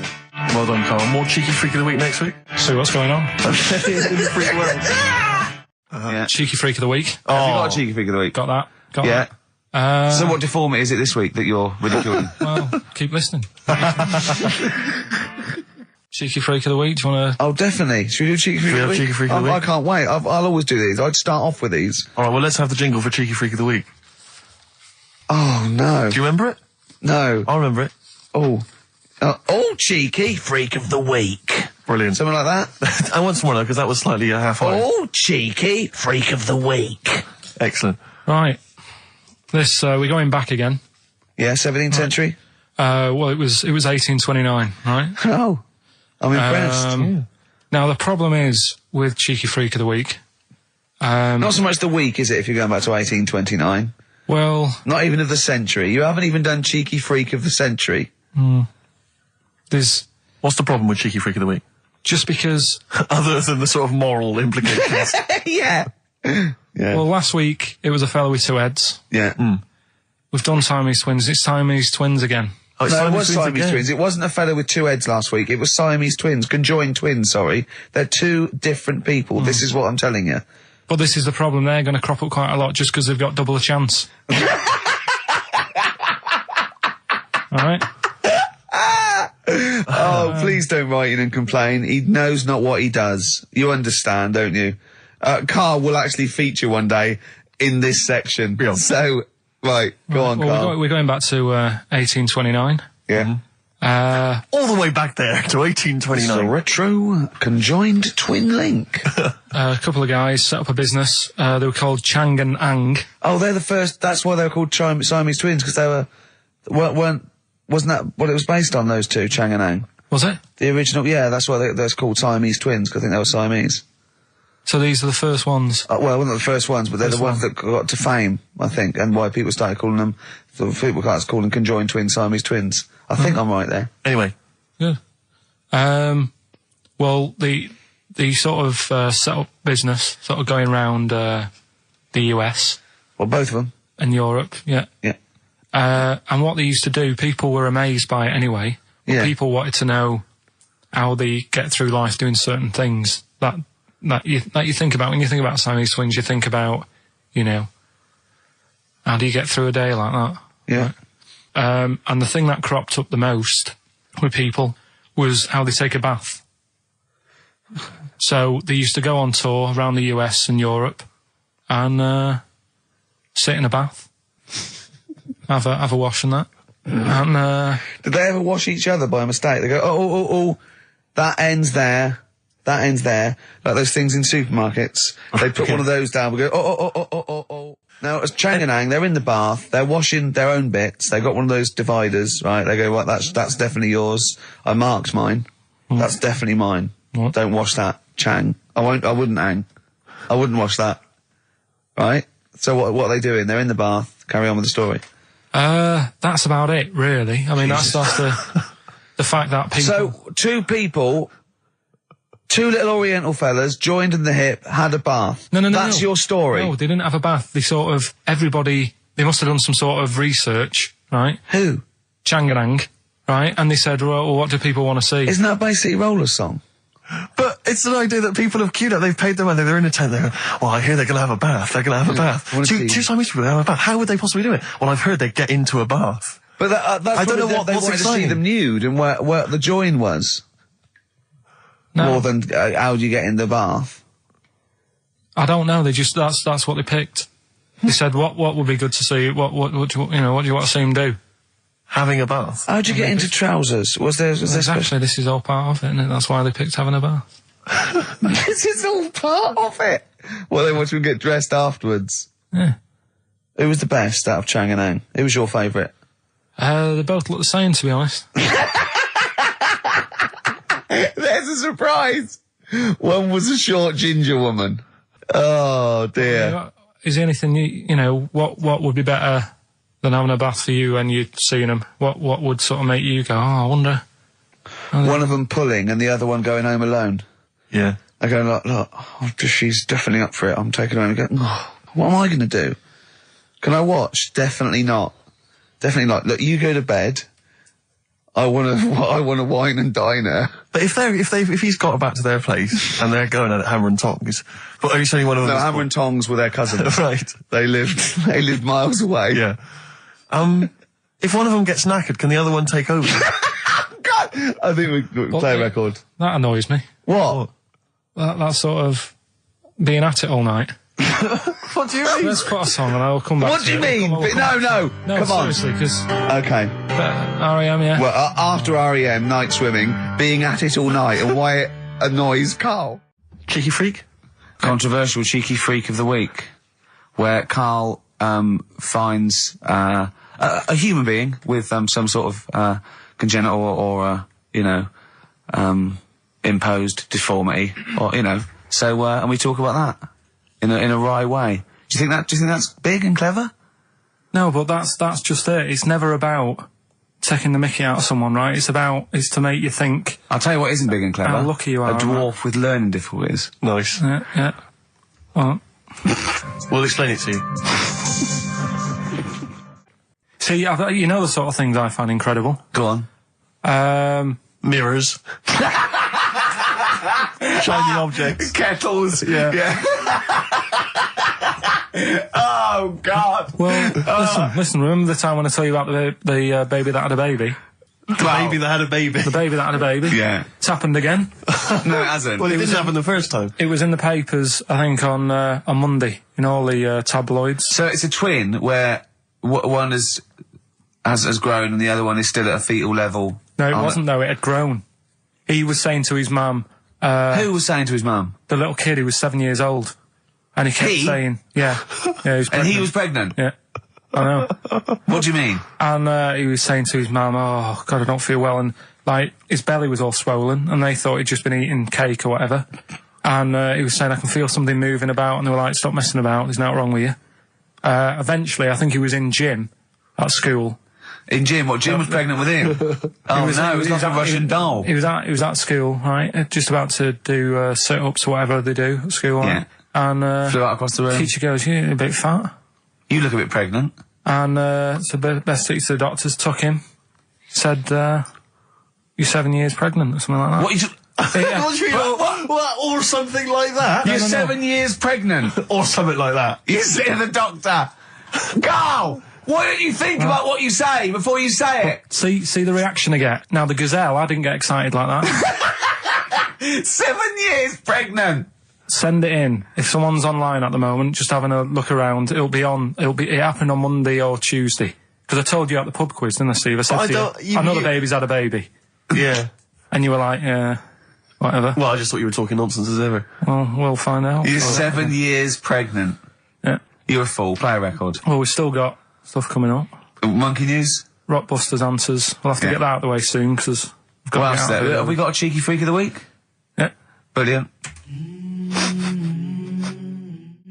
America by Simon and Garfunkel on XFM 104.9. I'm Ricky Gervais, and I understand I'm about to read my words, Steve. Well, once again, there's always someone, and it looks like it's Mike Lamb who has come to Carl's rescue. Lambo's let me down then. Doctors have removed a 4-pound baby boy from the stomach of his 7-year-old twin brother. Yeah. Alan Jan Niamatilev was born with the freak fetus growing inside him. For 7 years, it lived like a parasite until a school doctor became alarmed about Alan Jan's bulging tummy and took him to hospital. Surgeons who gave him a scan operated immediately, unaware that the baby was attached to the boy's blood vessels and still alive. They saved Alam Jan from certain death, but knew the 8-inch fetus was doomed. So there we are. Boy pregnant with his own twin brother by Barbara Davis. That was in the Mirror, apparently. So I've read on, and all the facts are right. They took him to the school. The parents didn't realise. And that isn't even this week's Freak of the Week. I mean, you got that for free. You got that. You can have that. That's the free freak of the week. Free freak. That's giveaway. That's like 13.5% extra. Yeah. You know what I mean? That you might get with hairspray or something. So if that's just the throwaway freak of the week, there are 2 freaks of the weeks there. If those two figure, I can't wait to see what the actual freak of the week is that people are paying for. Is it incredible, Carl? I tell you what, something else you can have for free. Go on. Another sort of freaky thing, right? I was watching this program in the week. Right? What? I don't know what it was. But it was about, I just saw this little fella on it, right? What do you mean, little fella? He was doing this history thing. Oh. Right? Yeah, I know what you mean. So, is this he's found out that a Viking was a bit like him? Yeah, that's it, yeah. He was boneless or something, or he's... Well, that's the weird thing. What do you think of that, Steve? He's what? He's boneless? No, he was called Harry the Boneless or something. Yeah, but you know what you're going to get there, don't you? That's what I mean. Always have a name, Elephant Man, you know. Harry the Boneless. Where is he? You know what I mean? I'm meeting someone, waiter, what's his name? He's called Harry the Boneless. He's over there flapping around. Yeah. He's over there in the bucket, having noodles. That's what I mean. But, do you reckon you could do that? Do you reckon you could have your bones taken out? I love talking to him! He's brilliant, it's like talking to a 5-year-old. I was asking Suzanne when she was watching it, and she was like, ask me later.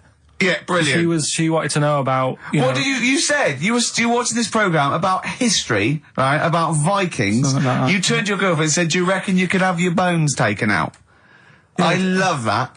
I mean, that is why you are my favourite. What do you mean you think you can have your bones taken out? Firstly, why would you have your bones taken out? If you've only got a small flat or something, and there isn't much room. Yeah. Right?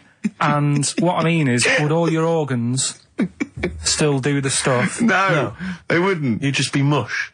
Listen, I'll teach you something now, right? The skeleton, right? Spam. Yeah? Support, movement, anchorage. No, support, protection, anchorage, movement. Spam. That's what the bones do. Yeah? You couldn't stand up. You wouldn't be protected because they protect his rib cage, skull, of course. Anchorage, everything holds onto it. Every muscle is tethered to pull against something, like a crane, a pulley system, so you wouldn't be able to move at all. Do you know what I mean? So you'd be in a bucket. There'd be nothing, you'd die immediately, obviously. No, you can't have your bones taken out, Carl. I mean, why do you need to ask that question? Sorry, but Boneless Bob, or whatever his name was. Harry the Boneless. he presumably didn't have any bones. I mean, that's why he had that name, obviously. No, he did. No, he's got the name. Yeah, exactly. No, he was just... I've had an email here from Graham, Old Kent Road. He just says, I had a dream about Karl last night. Can I sue? I've no idea what he looks like, apart from the boldness, and yet he turns up in the middle of my dream. I don't need this, it's harassment. Yeah. But people are having dreams about you now, Karl. You actually, it's like you're one of something that was created by the Brothers Grimm. So, Karl, so this little Harry the Boneless, what was your point? Was that really your point? You wondered if you could live without bones? Yeah, I saw the little fella on this programme. And the presenter? Yeah, and he was a small fella, and he was talking about Harry the Boneless. And I thought, that's interesting little bit of science stuff. Yeah. Yeah. Well, yeah, that's about it on him, really. All right, well, that's just another bonus cheeky freak of the week, isn't it? That's not even the freak of the week either. No. That's still to come. So you've had a pregnant Siamese twin. It's been mad You've had a boneless fella and another fella talking about him. They're not even involved in freak of the week. No. This is getting mad. Play a record. Let's play a record. Let's have cheeky freak of the week afterwards, shall we? Yeah. Current single from Nick Cave. Can we do Monkey News first? I'd rather have a cheeky freak of the week. So, Karl, off you go. Well, we're not going to do Freak of the Week here. Okay. Right? Because we've done quite a bit of that in the last 20 minutes. We've right? OD'd on freaks, you think? Yeah. Sure. We'll just shift it a little bit. Okay. And I don't, like I keep saying, don't want people to be thinking we're sort of taking the mick out of anyone. No. Right? Because we're not about that. I feel like I can do a little bit of it because I work with you, Steve. Yeah. Right? Sure. It gives me that right. It's like a care worker. Yeah, I understand. Well, it's like that thing of you can't be homophobic because I've got a couple of gay mates and stuff. Sure. I think sort of gives me that edge. Yeah. Right? So you're not freakophobic because you work with Steve? No, that's right, yeah. So, yeah. Okay. Well, by that token, I should be able to sort of slag off, the mentally ill. Or at least mentally handicapped. Now there's a term you don't hear very often. In 2003, there was the mentally handicapped. Isn't that what it was? I don't know where to start. But I I'd like to apologise for the Lady Diana stuff, the term mentally handicapped, and any inadvertent racism that we may have stumbled over. What's the actual term then? Is it retarded? Right, come on now. Oh, chimpanzee that! Monkey news, earlier than usual. Getting excited because it's a special time of the week where we get to talk about a cheeky freak of the week. Freak of the week's coming up now. Oh, cheeky freak of the week. Right, well, we've had some interesting things we've been looking at. This week, it's about the strangest couple that ever got married.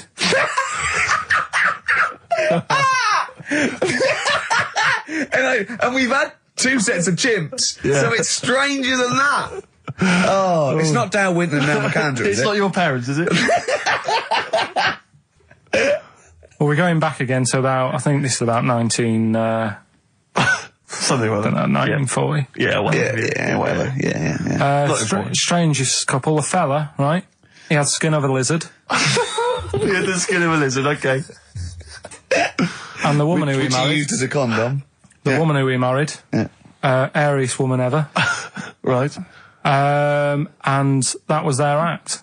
They used to tour the world, and they'd say, you know, it's like, you know, a couple who've met, they're having a great life.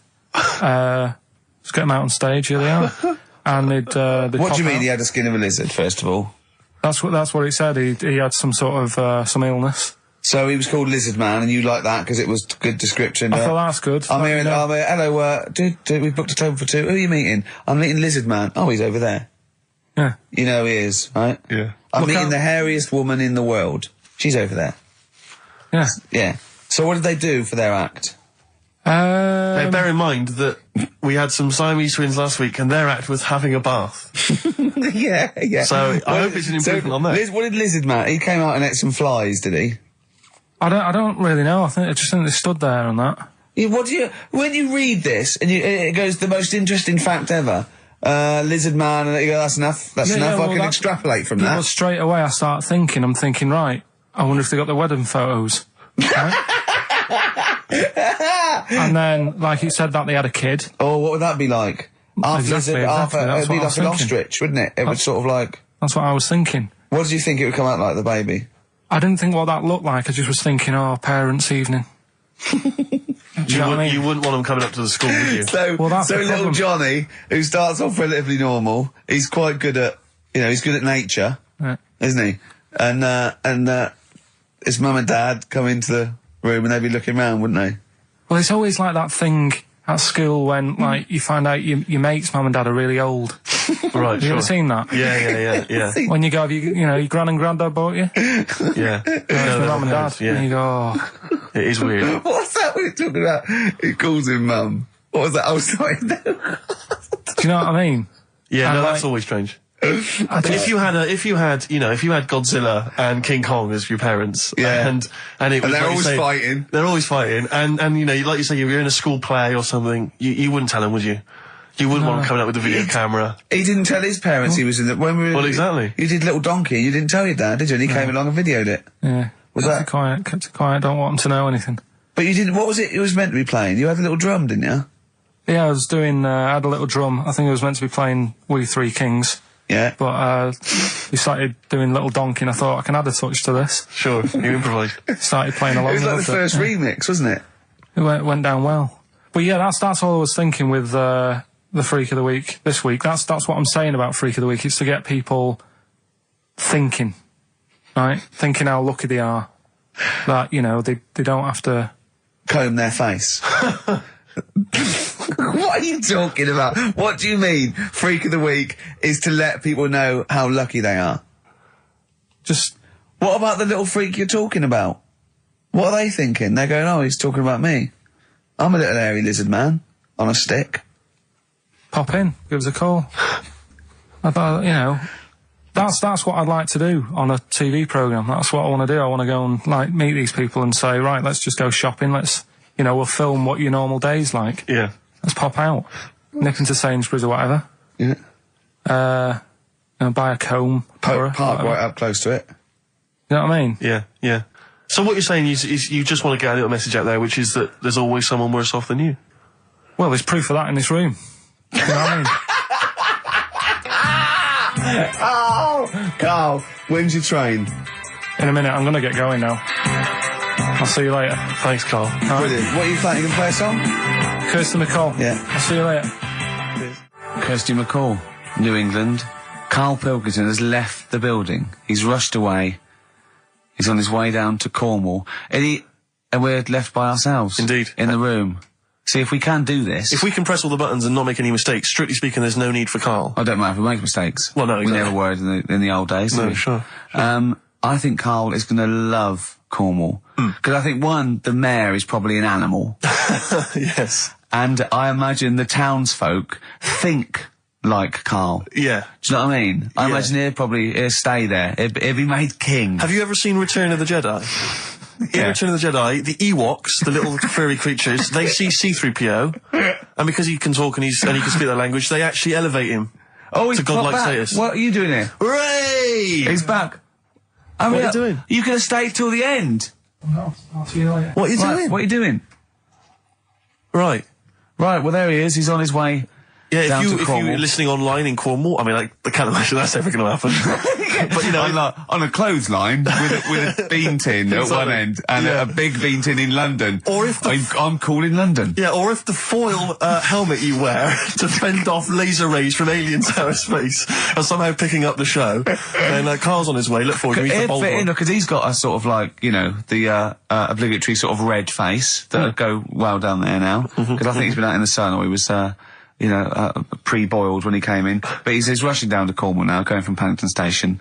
So, you know... If you're in the Paddington Station area, you want to pop down there and sort of wave him off, then do. Yeah. Don't be afraid. That's not a dirty sexual act. Wave him off. Yeah, I'd love to wave him off. Did you have a good holiday, Carl? Yeah, it was alright. It's alright. Went down to Cornwall. Now, Tell you're you going what, to the monkey some odd sanctuary. people down there, Steve. Well, don't look at me, I'm not from Cornwall. Well, you're from that sort of area. Well, not really, but never mind. Genetically, he means. Right. They're weird. Well, you must have slotted right in. What are they weird? What do they look like? Just all sort of odd people. A lot of old people, but not just old, sort of messed up old. What do you mean messed up old? You can't just say that. There's... There was a woman with a funny neck. Okay, in what way was it funny? What did she have a funny neck? If you were writing an essay, you wouldn't say there was this woman with a funny neck. How would you describe it? She sort of had her head like pointed down all the time. Like that. Don't do it. This is radio. No, but just for you, I don't like that.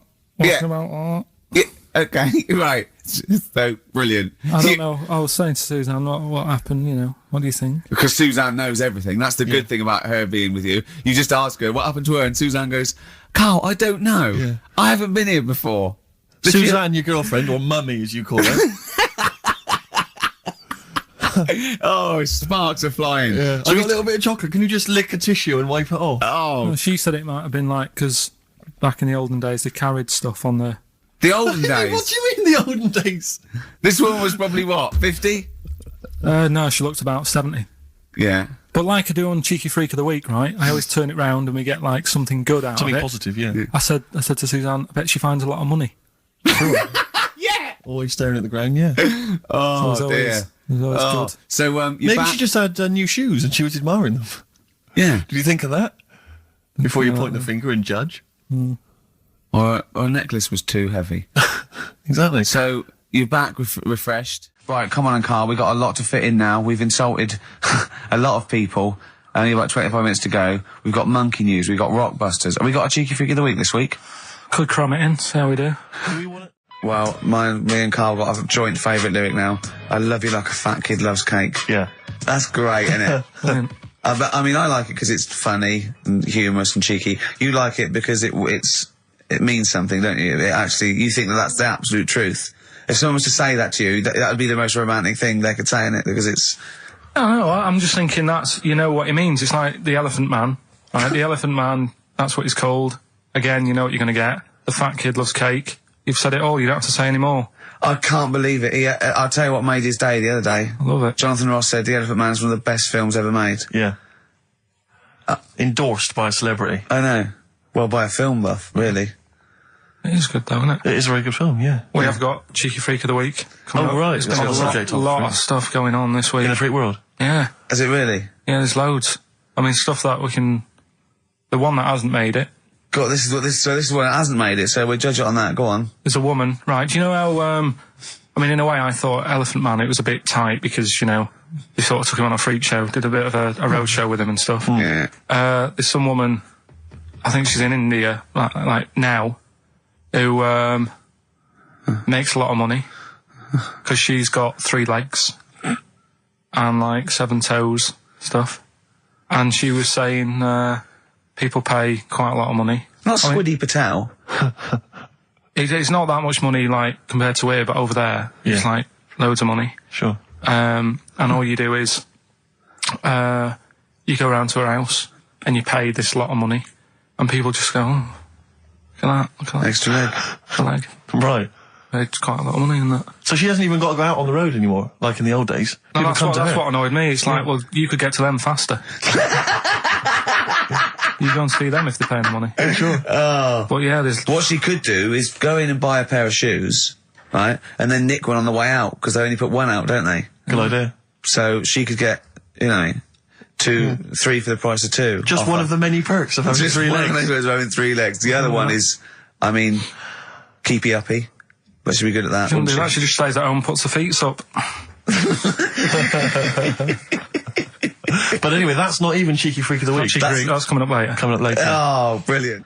Steve, you're thinking of taking over as producer, aren't you? Well, I just think it's a shambles. I've asked for Cheeky Freak of the Week, and it appears that Carl's not ready. He's not prepared. No, I can sort of remember it. It's just, I like to have all the information. Contempt for the listener. You've just had a whole bunch of adverts and placebo in order to get it ready. We're shouting, we're having a shout and that. Right, do you want to sort yourself out in future? Yeah. Someone this is what we were chatting about. Someone emailed in about they watched the £200 tumour thing, and when it was removed, it was carried away in a wheelbarrow, right? Carl said, what, even when she had it removed, she still carried it round in a wheelbarrow. And he went, I thought it's sort of like she'd become attached to it. You definitely are my favourite thing in the world. It's great. Look at the way he's looking back. But I think they're all the same. The people, I mean, I have had more emails about people saying I watched the £200 tumour and I shaved me arse than anything else. When we ask questions about science, Shakespeare, we talk, nothing. Science concept. We talk about political issues. One person emailed in. They said I tuned into the £200 tumour documentary. It looked disgusting. I couldn't watch for long. What were you expecting? Yeah, that they might sing and dance, do a little show for you. Anyway, so these are really your listeners, Carl. Now I think do you know what I mean? You sort of you find your niche, you attract your. I think me and Steve are pretty much just here. I think the people that we had in the early days, Rick, they've long since abandoned us. They jumped ship. They've got jobs. Yeah, they've got jobs. They're out now. They've been released. Exactly. Yeah, they're getting their life back together. Carl, Come on, what's the situation with Cheeky Freak? I've got like a couple of bits. Like I say, I haven't got the in-depth stuff that I know. Oh no, because usually it's it's pretty scientific. Exactly. Yeah. Do the jingle. We've come up with a new one, haven't we? The Freak, say chic. Cheeky Freak of the Week.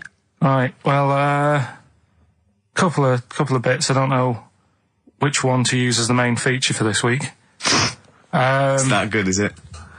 Well, there's been another one born. What? Little kid. Who won? 4 eyes. Insult. Just a guy who wears glasses. Come on. 4 eyes, 2 noses, 2 mouths. That's weird, isn't it? This bloke, did he also have 2 heads, 2 bodies? Sort of born sort of slightly separately? He wasn't stood next to a mirror? No. It's weird, that, isn't it? That's all you've got. I love that. That's weird. That. Imagine the doctor said that. Well, Mrs. Parks, kid's got 4 eyes and 2 noses. Weird, isn't it? Any clues? Yeah. Any clues? So that's it. That's all the information. Well, I'll tell you what, that shouldn't be the main one. Okay, I've answered it. But like I say, what's the idea of this feature? What do I say all the time? Dunno. I always say, think about it. Think about what that would be like. Okay. What? Giving birth to him? No. Being, I think it's a girl. Being like her. 2 mouths. 4 eyes. What would that be like? Mad, innit? I don't know what this feature is. I don't know why. Is there another one? Is that, you said that? I mean, I hope everyone took the opportunity there during that silence to just think about what it would be like. I know I was. What? Could she talk with a mouthful? What? Is that allowed? Because she's got 2 mouths. Yeah. Yeah. Would that be alright in her house? She'd be eating Yeah, one, she could talk with one mouth and eat with the other, I Right, well, suppose. listen, the main one, right? You've thought about that. That's good. The main cheeky freak of the week. I haven't got all the details. Smallest person ever. Right? How big would you say that is? Carl is now sort of like holding his hands up like a fisherman, long ways. That's about 1 foot. Right. Smallest man in the world. I printed the thing off and I can't find it. There's a little picture of him. Right. The odd thing was... But why have you asked me how, did it say, or was it a picture of him? I didn't really read it. Of course you didn't. Of course you didn't. Jesus. I just saw it and thought, that's... What, you that's straight away assumed it was natural size? It was that big.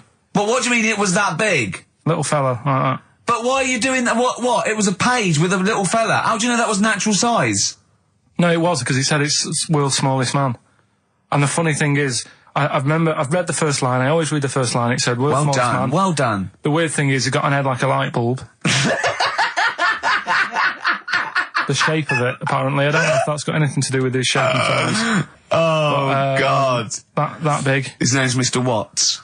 And the annoying thing is, what got me is, if you're that big, right, don't have your picture taken next to a fruit bowl. Why was he having his photo taken next to a fruit bowl? Don't know. Whoever the photographer was, obviously having a bit of a laugh. Yeah. At his expense. Because you would just stand in the middle of nowhere, you'd look normal and that, but he was stood there, just leaning on an apple.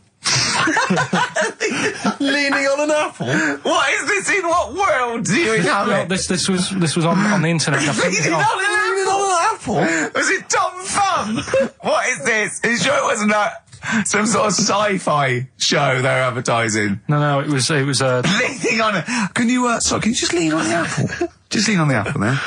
Do me a favour, you stand next to my chihuahua. You're not taking the piss, are you? No, not at all, no. Would you mind leaning on this matchbox? Yeah.